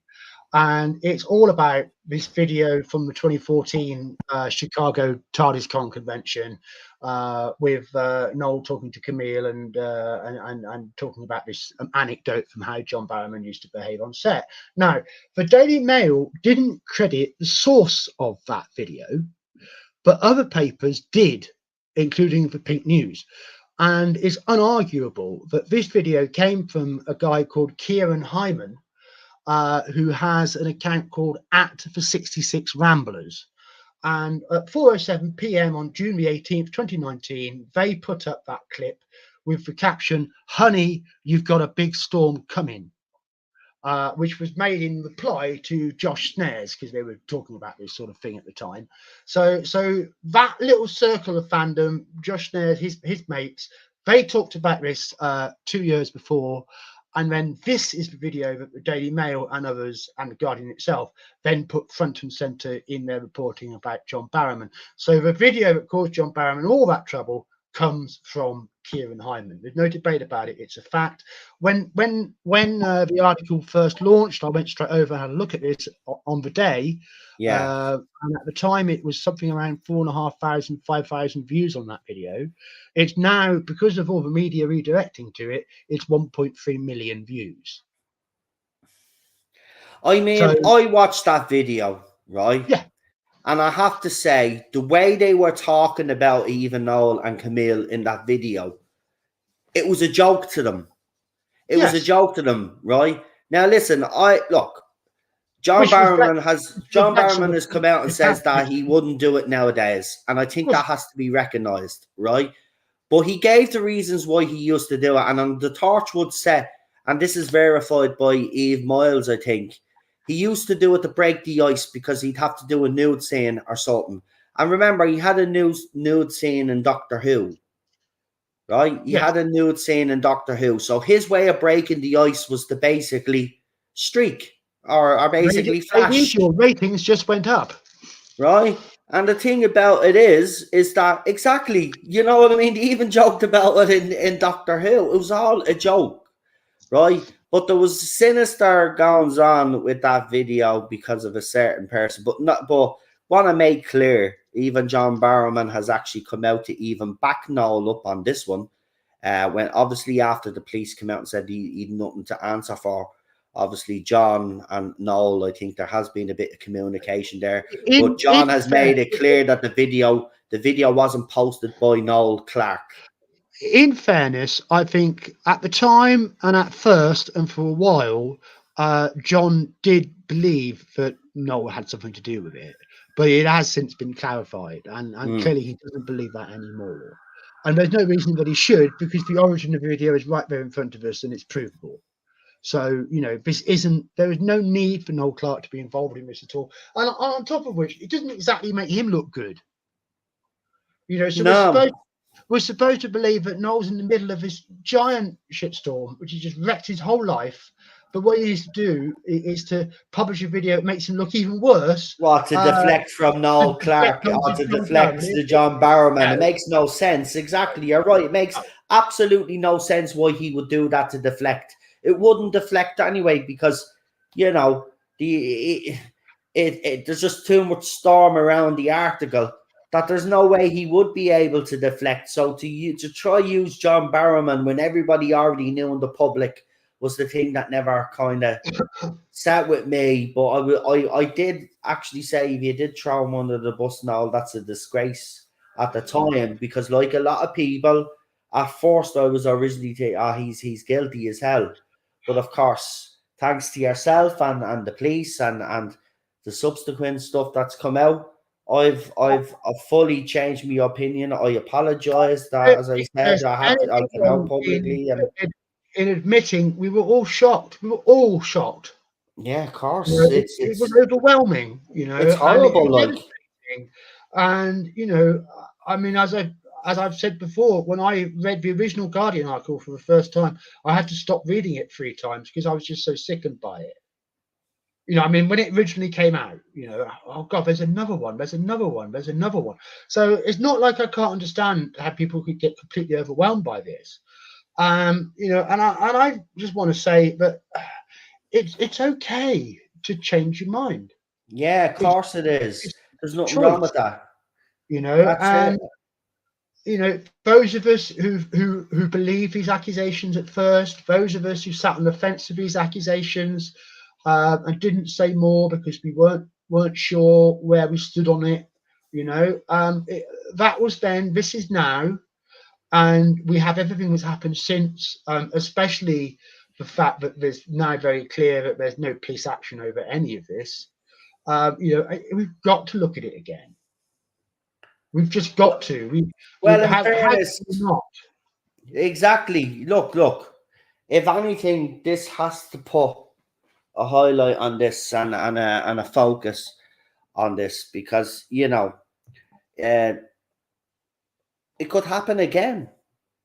It will happen again. And it will happen again to another bloke out there. If nobody's called to account for doing it this time, it's only a question of when, not if, it will happen to somebody else. Think about it, right? You could have someone, and I'm not saying it could be a bloke as well, right? So I want to make that clear, right? But you could have someone looking at this whole situation with Noel Clarke, right? And thinking, so the Guardian will listen to me based off hearsay and stuff. Well, maybe I should go to them. I know someone famous, so maybe I should go and you know what I mean? It could open up that can of worms. This is why this investigation was important. And I tell you, as Gobby said, and he was I think he was the one who originally phrased it, is it's got more holes in it than Swiss cheese, and it does, and that's the reality of the situation. And they lie. Look, it don't care. Look, it's a fact. It's a fact. The Guardian headline has misled the public because Noel has actually come out and said, look, Freedom of Information Act on myself, I accessed it, got it verified by 4 detectives in over 40 years of my life. Not one investigation, not one alleged victim came forward and made a police report. Right? It's already been proven that they've misled the public. So why aren't the journalists being reprimanded by the Guardian at least, or a follow? See, these journalists are not proper journalists, right? Because what a proper journalist would do, right? They put out the article gets a bit of heat, but they start seeing people are saying, oh, you need to look into this because something's not right here. A good journalist then would go, oh, maybe we do need to look into this, and then obviously we'll have to offer Noel an apology, but maybe we should look into this for the sake of a man's career, right? And look into it and then see that there is holes like we can see. But they haven't even done that. They've been off doing other things, and then they won Journalist of the Year award for doing absolutely crap journalism, in my opinion. That it's an absolute disgrace that they mentioned someone that's being accused. The court of the land, the law of the land, accusers are still entitled to rights, right? And the right is to have their name out of the public until there's charges brought forward. And of course, if there is charges then and they are guilty, then their name can be mentioned. Obviously, the public would want to know. But until there's any charges or any guilt, media shouldn't be dropping names like they've been dropping over the last few years. This Me Too movement has, it's, for me, it's just gone the wrong way about it. There's no accountability from there's no accountability from the other side when journalists are doing hit pieces or the Me Too movement falsely, because we've seen it. That someone will be Me Too'd, and it turns out that they never did actually act, and it turned out it was all a hoax, right? So nobody's holding these people accountable. There's a well-known actor who is a current member of BAFTA who unarguably beat his wife and unarguably dragged her behind his car. But this particular actor is not cancelled, and nothing has ever happened to them. Would this particular actor be in a very famous Batman franchise? No, I don't think so. But you would find him in a famous X-Men franchise. Oh, okay. Nice. And also in 2 Ridley Scott films, which will follow on to the original Alien films. You'd find him in there too. Oh, okay. I think I know who you're talking about. So yes, I'm not going to put the name out, but yeah. But I mean, that's a fact. There are other people who've been accused of far worse things than Noel Clarke, who were given for full protection of anonymity by the press. There are other actors in other industries, footballers, for example, who've been treated way more leniently, even when they're up against sort of roasting, raping allegations. So it's not just that people can be treated like this, it's also that the way that Noel Clarke was treated was particularly bad. It doesn't really make sense as to why that should be, other than there are a lot of people who wanted to tear him down, because a lot of people did not want to see him with that BAFTA Lifetime Achievement Award. I mean, it comes down, everything comes back to that BAFTA because it's the catalyst for this whole thing. We need to talk about the BBC's response because we haven't touched on that yet. Go ahead. So we've got. I'm going to be as quick as possible here. Basically, no one's got a problem. The heading I put for this is anti-staunch defence. No issues with Noel. John got told off. So we've got. There are 3 people who would have to have been involved with any complaint of any problems involving either Noel Clarke or John Barrowman during their time on Doctor Who, which are Russell T Davies, showrunner, Julie Gardner, executive producer, and Phil Collinson, producer. Now, The Guardian quotes Julie Gardner, who says that around 2008, she received a complaint about Barrowman's conduct on the set of Torchwood. I met with John and reprimanded him, adding she also spoke to other executive producers, Barrowman's agent, and the head of BBC Drama Commissioning to make it clear to both John and his agent that behaviour of this kind would not be tolerated. To my knowledge, John's inappropriate behaviour stopped thereafter, she added. So 2008, it was dealt with. It didn't happen again. Yeah. She then goes on to say, Julie Gardner told The Guardian she was not aware of any inappropriate behaviour by Clarke. So there you go. Never came And if up. she reprimanded John Barrowman, she would have reprimanded Noel Clarke, or he would have been thrown off the set, right? But there's something here's not Russell right T. there. Davies. Russell T. Davies said he never saw Barrowman expose himself and was unaware of any complaints about Clarke's behaviour towards female co-workers on set and had never heard of or witnessed inappropriate behaviour by the actor. Again from RTD and Julie. Like BBC source confirmed that Barrowman was reprimanded. A BBC spokesman confirmed to The Guardian Barrowman was reprimanded for his behaviour. Yeah, it happened. So he was reprimanded, but Noel Clarke got away with it. Okay. Or simply Noel Clarke never did anything and no one ever complained because there was nothing to complain about and no one ever heard anything bad about Noel. He never did anything wrong. I was being sarcastic, obviously. No, I follow you. I mean, I think a point which has come out in my discussion with Lonnie very clearly is this question of power. Because when you boil it down, what the Guardian articles are saying, especially the first one, is that this is about a power dynamic and that Noel had so much power in the industry that he could treat people like this, he could intimidate them, and nobody would say anything, nobody would do anything because he was just so powerful. Now, if you believe that in the first place, okay, but if you believe that about 2015, where Noel was producing his own movies and his own TV shows, and Unstoppable had started, and he was really hitting big success.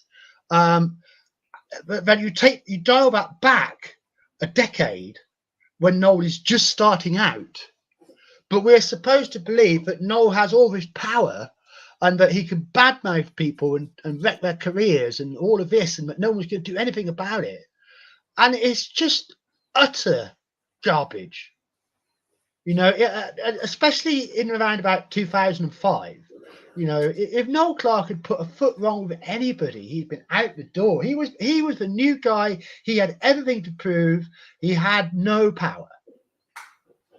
He was a jobbing actor doing a job, and the idea that he had this kind of ability to wreck other people's careers, especially, it's just nonsensical.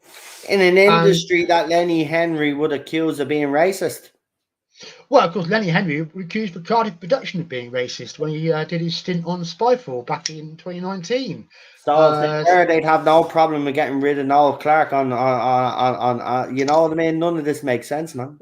It doesn't. It really, really doesn't. And you got the same accusation in the first article by Mel, who turns out to be Jamie Winston. That Noel tried to wreck her career afterwards. Well, her bloody dad is Ray Winston. And she's trying to tell a story behind anonymity, because of course I was able to reveal who she was. She tried to tell a story that Noel Clarke was going to wreck her career when her dad could end Noel Clarke snapping his fingers.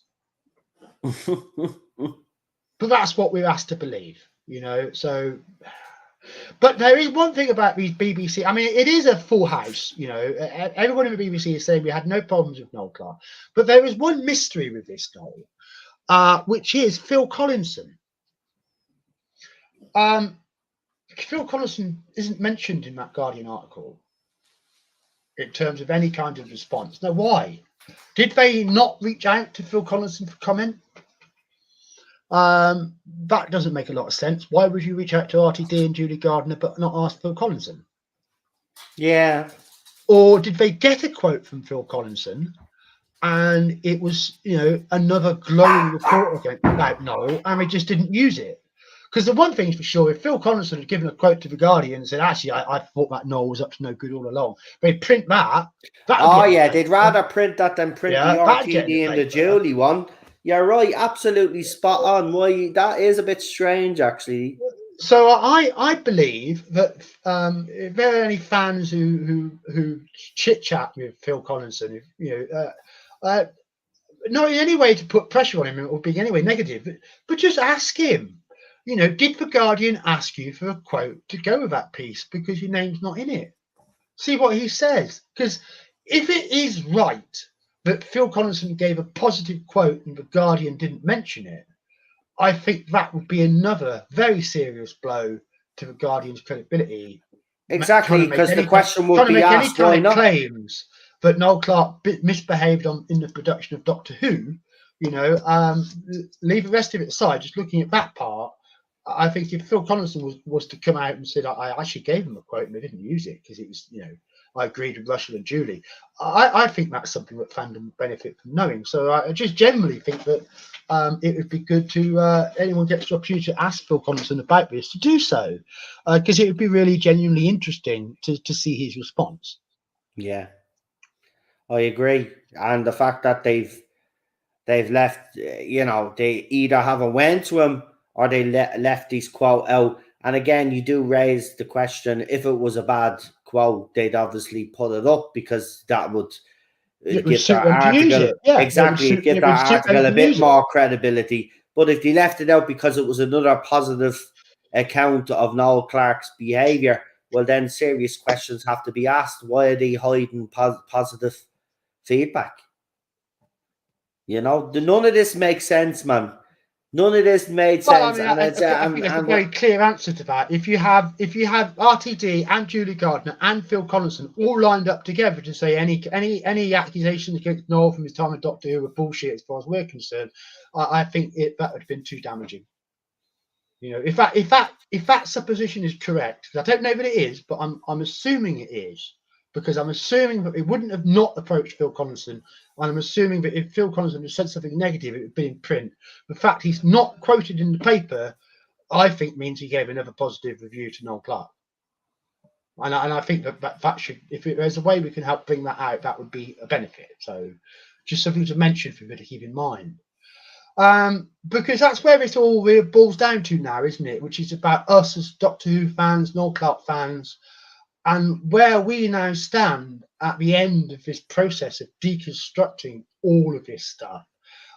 24,000 words, Noel, across the two articles that I've put together in the last 3 months looking at this.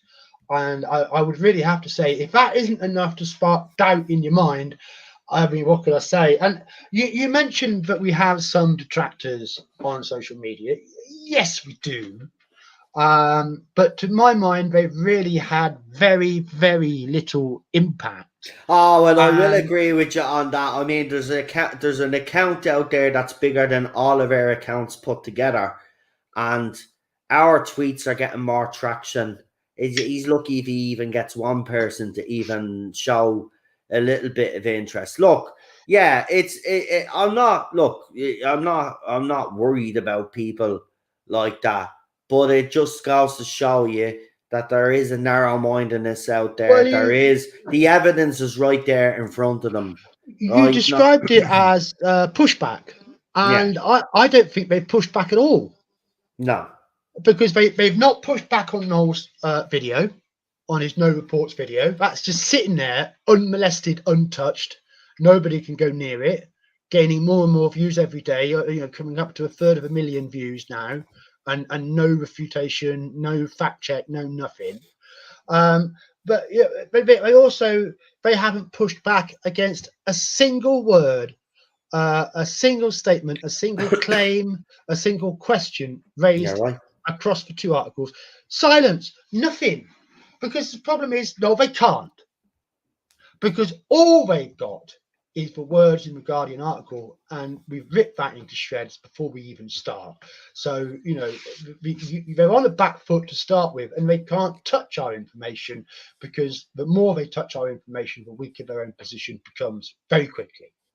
So, let them push back, because in fact, they're only showing themselves up fools. And their closed-mindedness becomes more and more evident every day. And those kind of comments, I think, especially when the first article came out, and when Sophia got all that stick for asking people to follow me, which I really don't think she should have done, but she did it when I didn't know about it, and it was too late, because I could have told her that she'd No, but she stuck to her guns, though. I'll give it to her. She did. She stuck to her guns, man. At the end of the day, she's not. The one thing I'll say about Sophia is, no matter what's being said about us out there in the fandom, she will make up her own mind about us rather than listen to other people. She will listen to us and she'll hear what we have to say, and then she'll make up her own mind about us. And I think that's what I like about her, is the fact that she doesn't judge you based off what other people are saying. She gets to know you, and then if she doesn't like you, she'll be out straight about it. She'll tell you. Yeah, she would indeed. But it's furthering what you said, Noel. Is that the actual engagement, that first weekend, the negative tweets got their strongest engagement, and it's died off and died off and died off to the point that no one's touching it. Oh, there's no, even their own peer group is saying, "Are you sure you're not going a bit too far with this?" Yeah, there's one particular account that just won't let it go, right? And it's actually sad at this stage, right? Because at the end of the day, look, they've got their own friends. If you're blind to the evidence in front of you, that's fine, fair enough. If you want to show how great you are at supporting, victims, that's great, right? But the problem here is that when you look at it, when you hear what Noel Clarke has had to say, right? And you see the headline from The Guardian, they've lied. They've misled the public. That alone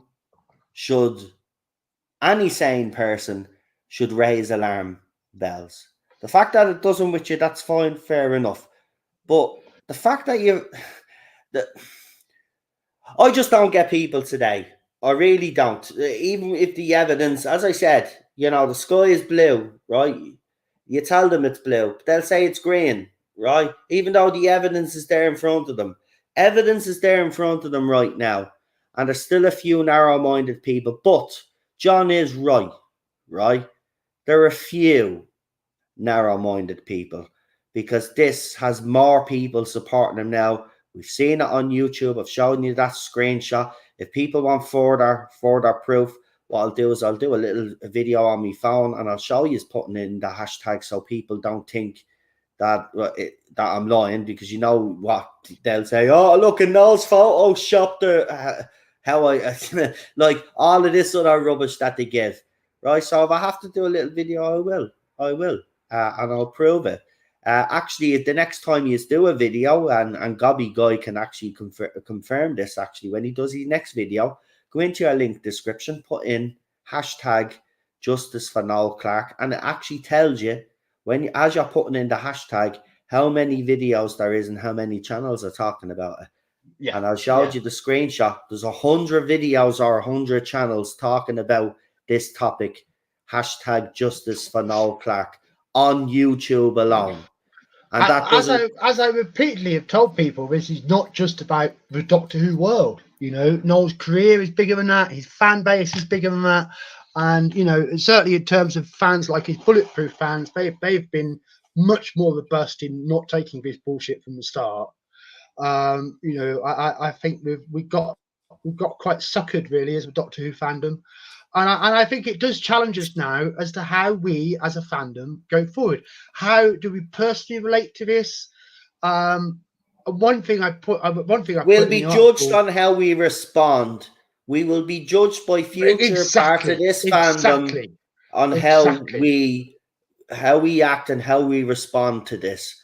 And this is why when everybody said we'd come together for this, I said I'm on board, right? I put all my personal feelings aside, which I have, and personal issues aside with people, because this is bigger than me and any of those little squabbles that I've had in the past.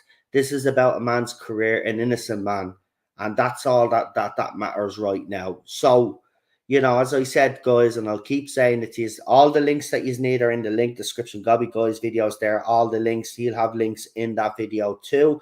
John's investigation is also there. Noel Clarke's videos there. Share them all on your Twitter accounts. If you're on Instagram, if you're in a Facebook group, please get it out there so people can read for themselves. That's all we want. We just want people to be open-minded, more people to read and maybe ask those same questions that we're asking. And that's the whole point of these streams as well, you know, and to get justice for an innocent man. Well, you know, with fandom, we do know that Noel was quite hurt by Doctor Who fandom. In that, you know, so many people jumped on his back, and you know he was having a very bad time, and it just, you know, it must have felt awful. I can't speak for Noel. I don't know if he's watched the videos, but listening well, to you know, his just with things he said on his Twitter account, we know that. But I will say this: I say they're quite difficult because even when he was reading John's investigation, he found it quite difficult. But because for him, it's his trauma. He's reliving exactly. it. He did say he's that. reliving Yeah, absolutely. it. So you know, I would it's look not just if he's not watching. To him, If he's not watching that, I understand that he's not watching. If he is, and you are listening, Noel, just to let you know that the fandom here, this part of the Doctor Who fandom, is right behind you. We will stand with you shoulder to shoulder. Which is why I want to say to fans who may have fallen into that trap last year of automatically assuming that Noel must be the absolute worst and just taking part in the pylon on him, who are now finding out that, hang on, maybe this isn't what I thought, and maybe feeling a bit bad about how they treated him. It's okay to go say that. You know, I think it would be a big help to go say that, to go find one of Noel's tweets and just say to him, "Hey Noel, I'm sorry, I took you all wrong last year. I've learned a lot more now, and you know, I feel differently, and I'm now supporting you to find justice. You know, just however you put it, you know, just go let Noel know that you're now standing with him, because I think it would help a great deal." But also the wider questions for fandom, beyond our personal response and our personal determination to get this information into all the nooks and crannies of fandom and all the groups and places that exist that a lot of us never see, you know, but to go and push this message into all the corners, that's very important. But also it's a question for the Doctor Who convention world.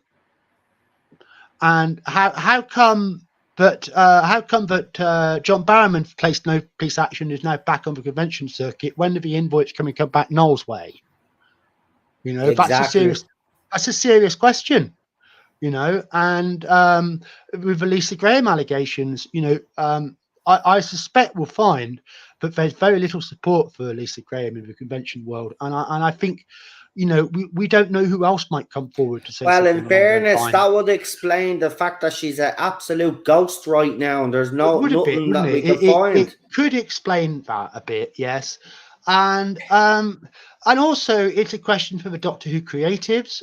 Need to remember that in the immediate aftermath of the BAFTA cancellation, the BBC put out a statement saying it would never work with Noel Clarke again.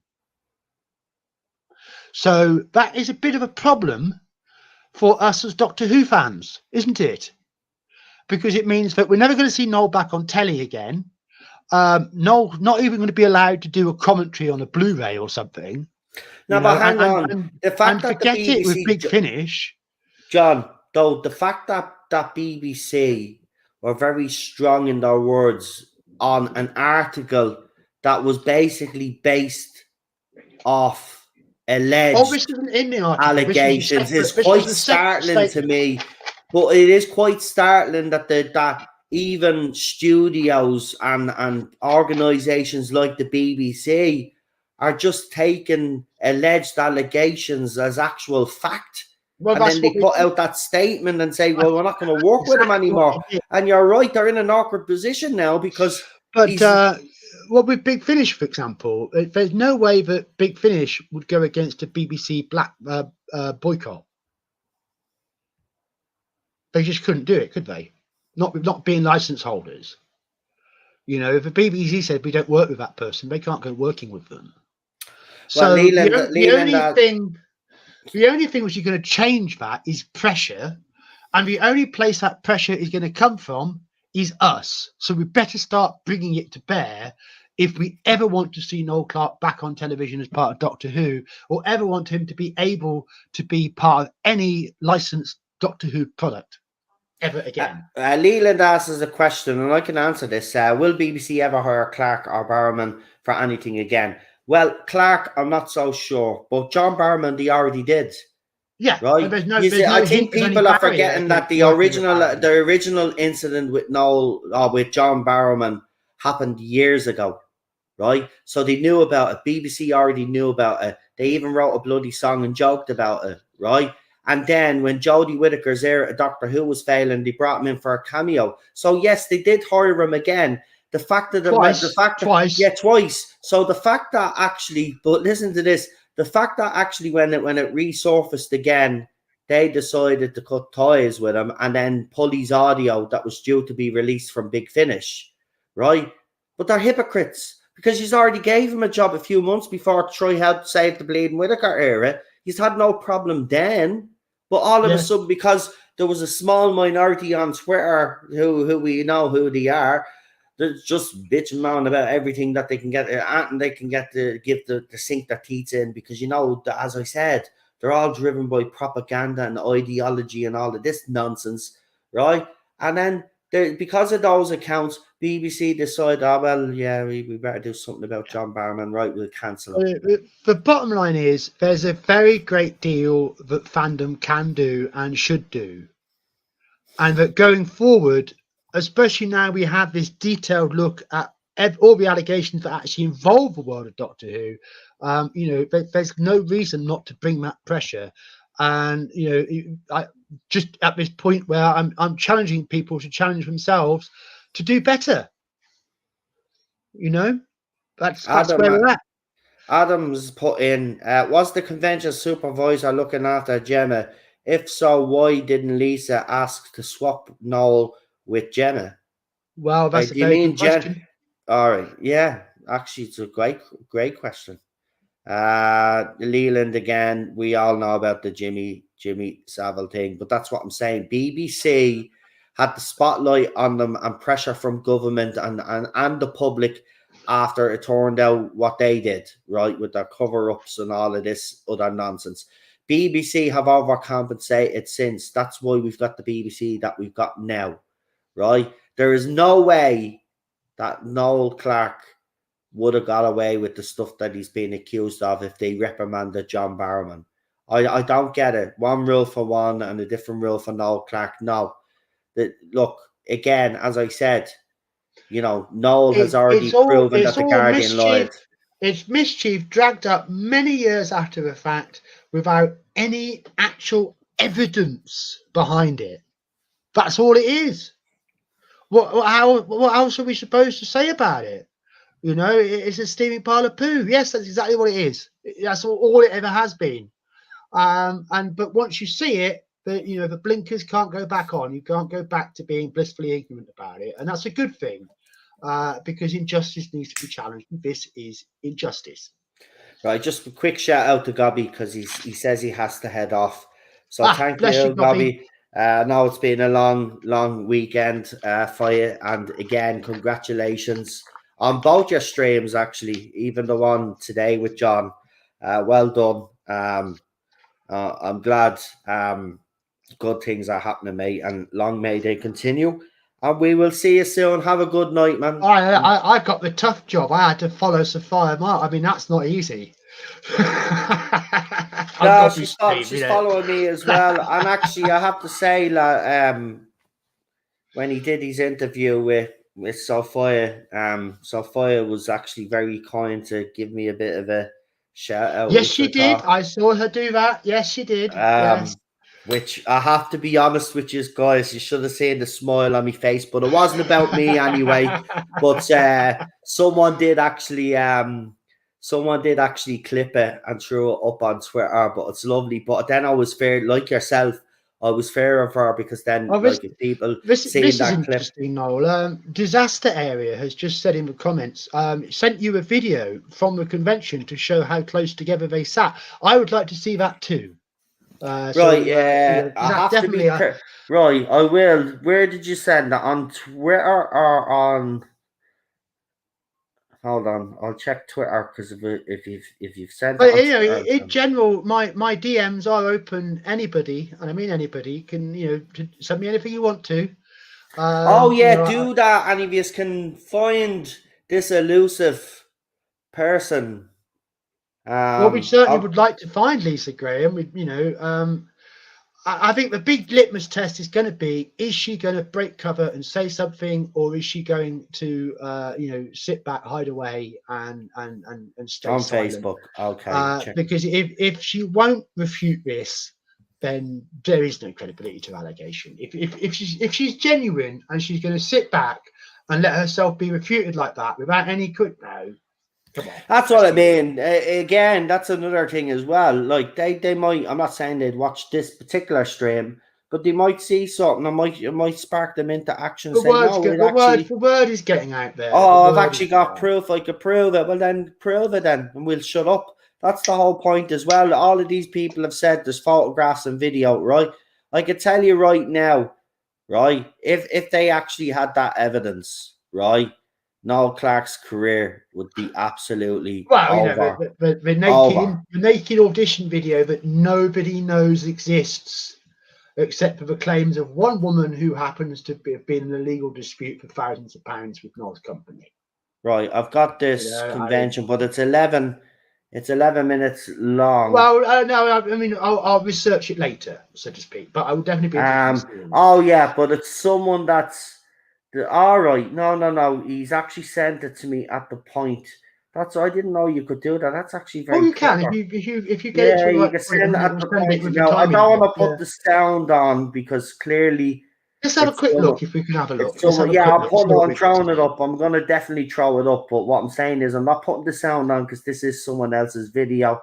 Fair enough. Because I'm hated in this fandom, it could be one person on that side, and they could. Well, if it's the right time index anyway, we only have to view it for a very short while just to get the idea of it. This is someone that pans that camera around, and you get to see the setup, like the photograph that. There we go. Yeah. So here's the setup. I'm going to play it here now at the point where I've been sent it, and this is the setup, guys. So you tell me where the ninja Noel did the things he did. So there's that Noel's to the right of this lineup. There he is. There's the Noel's picture. Yeah. And I think we've pretty much passed the relevant bit because this is a different bit of a convention now, isn't it? It's by the bow and arrow. Right, there was literally that bit. That was literally that bit, but yeah, right, I mean, it shows you the scene. No, so they just pan. Yes, so they just pan. There are a different bit. I love the Scooby Mobile. That's great, isn't it? It is. So let's scroll to the bit again. So they're walking down the stairs there. They're doing some. There they are. There we go into the room. Right, so they're in the room now, and they do a pan around the whole room. So look how busy it is as well, folks. Right? Look how busy it is. So they're scrolling to the left there. Absolutely jammed. It's absolutely jam-packed, yeah. There's no way he would have been able. There's no picture there. There's less than 3 feet between those people. There, actually, I want to pause at his picture. So if we go back, right? Hold on. Let's see if I can get his picture. What happened there? Oh, YouTube. It rebuffers itself. YouTube is doing all dodgy stuff. It doesn't want me to show you this, folks. I'm only messing. Right, let's see if I can Yeah, pause once it at the again, Noel you know, Clarke. here we are. This is the scene. Right, and he's gonna pan. See, they're all sat There's not under there. their pictures. So Noel Clarke, as you could see, there's not actually even at his table. Well, he might There's his, be hard there's to his see where picture. he is at that No, point. Yeah, there's his chair there. That's his chair there. Your woman is standing there, but there's they his did chair. actually come out the front for the pictures. But he's So- probably got out. That's what I mean. So he's at the photograph that obviously John showed you. That probably would have been at the time where he was getting pictures taken with the fans. So, but look, again, it's very hard to see where Noel Clarke could get away with. I'll keep playing it because I want to show this. It's very hard. There, you actually seen these picture right there again when they did pan to the left. He was Yep. the very first picture that they pan. There's no way. And there, you can see the people in the blue shorts there. So they were the people that would have been assisting Noel and the other celebrities, because you'll see them they're in their blue shorts there. See them? Their blue shorts, right? There's one actually sitting where Noel Clarke's chair is as well. While I've been watching this video, you know, it makes it even more clear why my inside source and their peers who work in the convention circuit are so cross about this. Because they are very cross. You know, they're really quite offended. There you go. There you go. Look and listen. I'm no expert on this sort of stuff, but I'm just gonna say it. Noel Clarke would want to be a ninja. Seriously. Yeah. And thank you, Disaster Area, for finding that bit of video there. That was fascinating. Exactly. No, I'll actually link that now to John on Twitter, and then if you want, You will have to get that relevant. Oh, do you know what I might do actually? Now that you sent it to me, I might be able to do it. I'm gonna clip. Yeah, I'm gonna clip that actual, just that part of it, right? And then I'll send it to you, and then you can do whatever you want with it. That'd be brilliant. That'd be absolutely brilliant. Yeah. Thank you for that. I can do that. Yeah. I think we've done a pretty thorough job. Where are we? We've just crossed over 2.5 hours. We have. I'm willing to call that pretty much a live stream. Have we got anything final points we want to get into? I've offered questions. I'll tell you what we'll do. Yeah, we'll hand over to the guys in the chat. So if there's any quick fire questions that you'd like any answers to this article, the first article, anything at all, I'm here. Ask me, I will answer. So if there's anything that you want answered that you heard tonight that you would like any verification, or not verification, more information on, or clarification. Sorry, that's the word I was looking for. Well done, John. That's why me and John work so well together. Some of the words I can't get out, and he knows what I actually mean to say. Because me and John have actually a little backstory with me and John. We obviously, you know, we haven't always been arguing with each other. We were actually in the early days, we exposed a lot of radical feminists in this Doctor Who fandom. We did well there. A lot of them are gone now. John, isn't it actually mad? Just while we're waiting to see if there's any questions, that was one thing I wanted to ask you the last live stream. Isn't it funny, right? The 5 odd years that have passed by, and do you remember the accounts that are around in the early days, especially a lot of those radical feminist accounts, and now most of them, if not all, are non-existent anymore. We nailed them all. Isn't it funny? Isn't it funny though, when they knew that this era was failing, they started getting very quiet, and then they suddenly disappeared. And there was one particular. It was after Timeless Children failed. Suddenly, their chat died down from 100 to like 5, 4, 3. Then went all together. Yeah, because the J-bots are not the same. The J-bots are silly little girls, basically.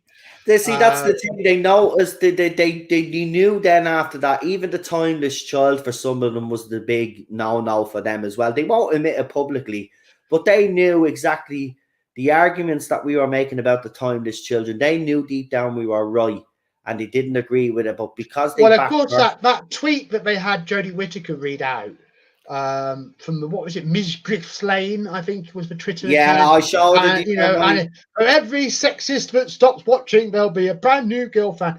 Yeah, I can't remember where it was, but I recently put it out that Twitter account is deleted, suspended. Yeah, I was suspended. I actually did a stream about we must talk about the Doctor Who fandom, and I actually featured that's probably where I picked it up off. Yes. I actually Yeah, featured that, and I got the screenshot of the stylist video where she reads it out, and then I showed everybody that doesn't it say at absolute volume that a lot of your Twitter accounts that the BBC would reference in their Radio Times articles, were all suspended or or deleted. would retweet, they're all gone. They're all suspended for hateful conduct. They're all cleaned out because that's what they turned out to be. Yeah. Whereas, Listen, I'm gonna let you know.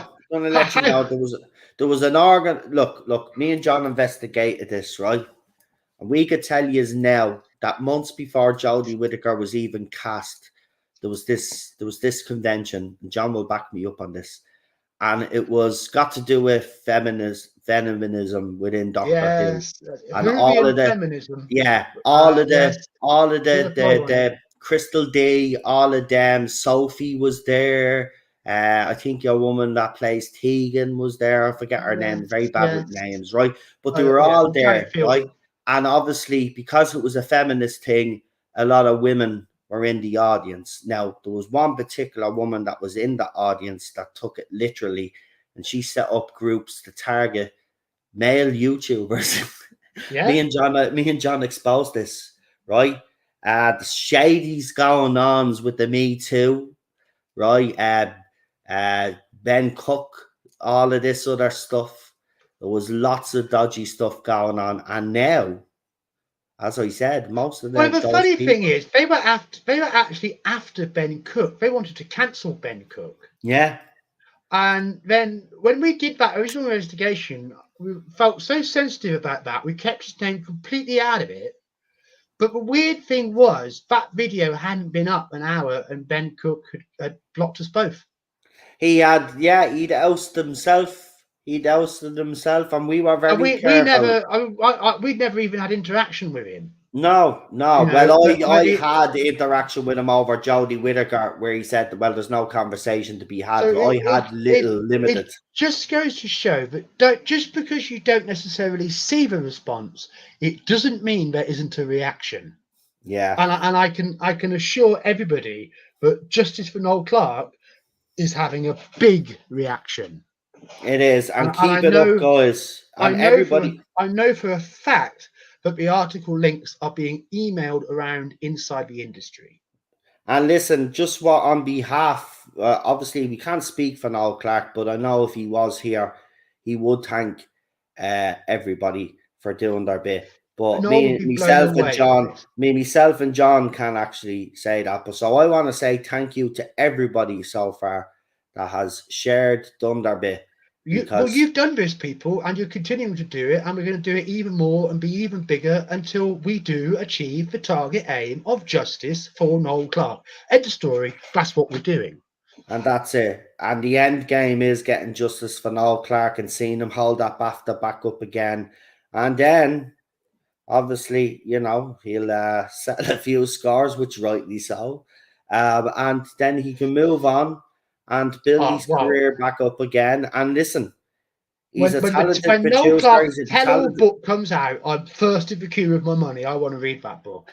Yeah, I think everybody. Because it'll be one hell of a story. I'm really sure of that. It will be. And we've no questions in the chat, so that's fair enough. That's fair enough. They're all fully informed. I think everybody's fully informed. Yeah. And if you haven't checked out Gobby's stream, again, you can go and watch that. It's in the link description of this live stream. So don't worry about that. We have I'm with Lonnie on Wednesday, though I don't know the time yet. I don't think we've set the time, but I'm with Lonnie from On Comics on Wednesday. So that's next. And I'm pretty sure.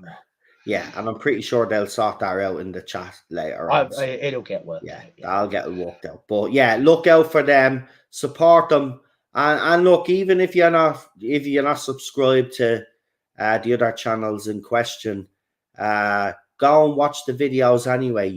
Support the videos. I would say support the channels anyway. Give them a sub because people speaking up about this. Listen. John will tell you we've taken enough flack on YouTube. Gobby is taking it, On Comics is taking it, and we've all seen what's happened so far. Like, it's absolutely disgraceful. So we're putting our necks out there because we truly believe in this. So we're asking you to do whatever you can to further this justice for Noel Clarke campaign.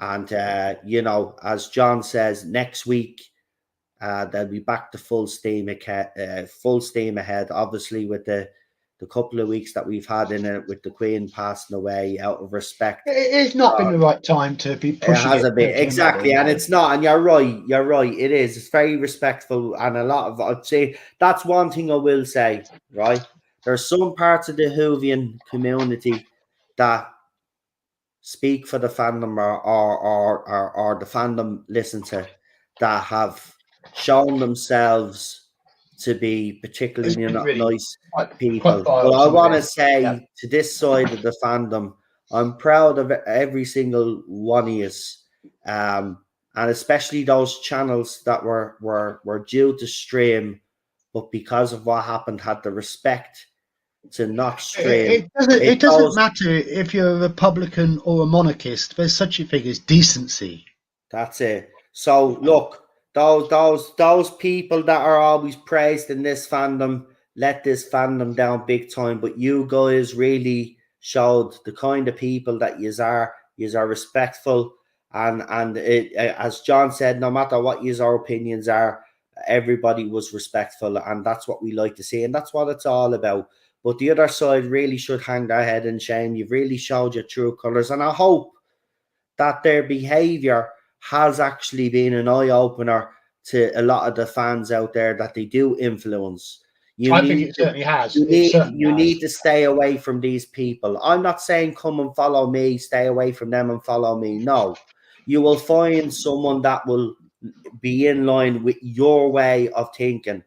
These people are toxic. The only reason why this fandom is toxic because of these people. The fandom wasn't toxic before they start doing all the stuff that they did in this fandom. Open your eyes, right? You can look to better role models in this fandom, and they're certainly not the people that these young fans out there should be even trying to emulate on YouTube or on social media. Forge your own way, forge your own journey, and never try to be like. I always say this to people on both sides. If you're a YouTuber, the way you succeed on this platform is not to copy everybody else, but be you, be unique, and be honest. Be honest with Beautifully said, Noel. Very beautifully said. be honest. That's it. That's it. Go ahead, John. Any final words from you, mate, before we I head off really think tonight? we've covered everything. Everyone knows what we're up to. Everyone knows what we're doing. Let's just get on and do it. And That's I'll it. be back in the future with a further update when Battered by BAFTA comes out, which is the next article I'm planning. There you So, go. so there's another one coming up. I said on Gobby, on Gobby's stream, I'm not committing to release that this time next month because there are bits I'm unkinking from it, and I want to get it as good as possible. But it will be out presently, and that will be the hat trick. Then I would have pretty much covered everything. Yeah. So just been fantastic to have a few to talk to everybody. Thank you for listening to me. Thank you for all of your support, and we'll catch you next time. Thank you, John. Thanks for coming on. I really appreciate that, and keep up the good work. And we can't wait for that third article. And of course, we will have you on again to talk about it. And so it'll be interesting to see what update we get then. But folks, that's it. We're gonna wrap it up there. We've got a couple of comments. If it were me, I would be ramming that BAFTA down a few throats. Wouldn't be rushing back with open arms, says Leland. Understandable. And look, he could do that, right?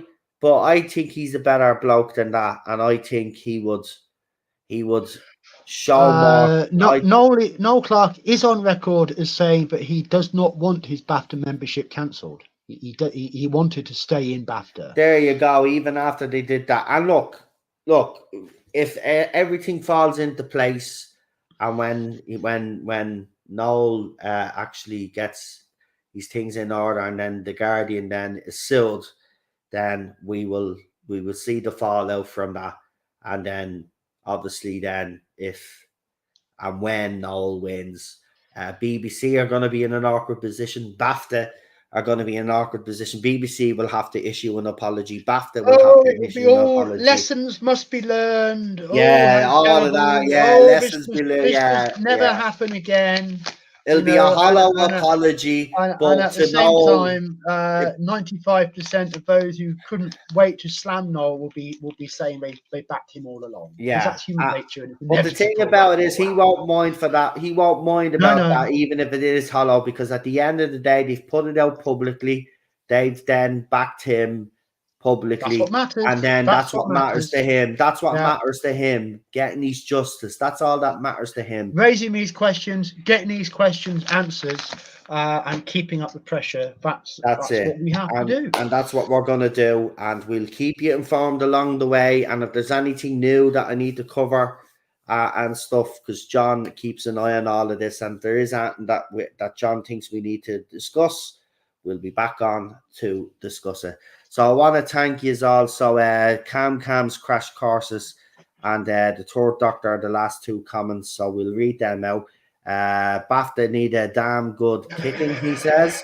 And Cam's Crash Courses says, John the White, great work, John. Thanks at Tardazone YouTube channel. Thanks, Noel. Great stream and work as usual. This is why I'm a faithful viewer. Cheers, mate. No, that really that's very kind. That means a lot to me as well. I'm glad that I still have people that watch me. And thank you, Cam. And I'm happy to have done my part to maintain your faith. That's a wonderful thing. And I just want to say good night to our channel members as well. Remember, I did put up my top 10 childhood movies live stream, which we had a couple of people in the chat, so I was able to give me reasons and have a little debate why I put movies in certain places. So if you haven't checked that out, brand new member stream. Oh, well, when is a top 10 list ever not controversial, huh? Oh, I tell you, man, this was hard. I literally had the list 3 weeks, and then I had another list, and then I had another list. So I had about 3 or 4 lists, and I had to pick the one that I thought was fair and the one that I was happiest with. And still, while I was reading it out, there was certain movies where I was saying, well, I could have put this here and that there. It's hard. That's why I said top 10, because it makes it harder. We all have our favorites. I mean, this morning I rewatched The Crotons, which is hardly the most respected Troughton episode. But then this afternoon I chilled out for a bit with City of Death, which of course is one of the greatest. City of Death is legendary. I love City of Death. It's one of my favorite stars. I haven't watched that actually in a couple of months. I was debating. Do you know what I've been watching before we go, guys? And I know we always ramble on, but we won't ramble on too long. But I've been watching the airport movie franchise. Brilliant. Yeah. Right. Now I have to say though, the second one is just bonkers, right? So the plane, the 747 is up in the air, right? Okay, and it's flying away and it's doing grand, right? And then there's this other fella in a biplane, right? And what happens is the fella in the biplane takes a heart attack, right? And he's playing hits all crashes into the jumbo jet, right? But it hits at such an angle that it just knocks off the windows and rips the side of the plane, but it's still able to fly, right? Even though all the wires are all over the place. It's like only in Hollywood. Listen, it's the dumbest franchise ever, but I love it. I love it because you've got all of these hit stars of the 70s. The early 60s and 70s that are in the movies, they've got all-star casts, like, but the scripts in each one, right? So Airport was the first one was brilliant, right? The second one is dumb. The third one just gets dumber, and then they did a Concorde one, right, which is even worse, man. Right? Oh God, I've forgotten the Concorde one. Yeah, they just get dredged out of my 80s memories of staring at videos to rent in the video shop. Yeah, that takes me back. Yeah, man. Anyway, we were supposed to be saying good night. So we will say goodbye. So listen, once again, bring back Noel Clarke on Twitter. Go and check that out. Again, if you're on Twitter, use the hashtag justice for Noel Clarke. All the links are in the link description. Look out for On Comics video as well. Gobby has done a video as well, and go and check out our other videos on this topic as well. And as I said, I've left the link descriptions of Noel Clarke's video as well, and John's investigation. So that's everything. I'll say good night to you all now. Enjoy our weekend, and yeah, stay safe, and we'll see you. Good night, everyone. The week. Good night, folks. Have a good one, and thanks for tuning in. More importantly, thank you.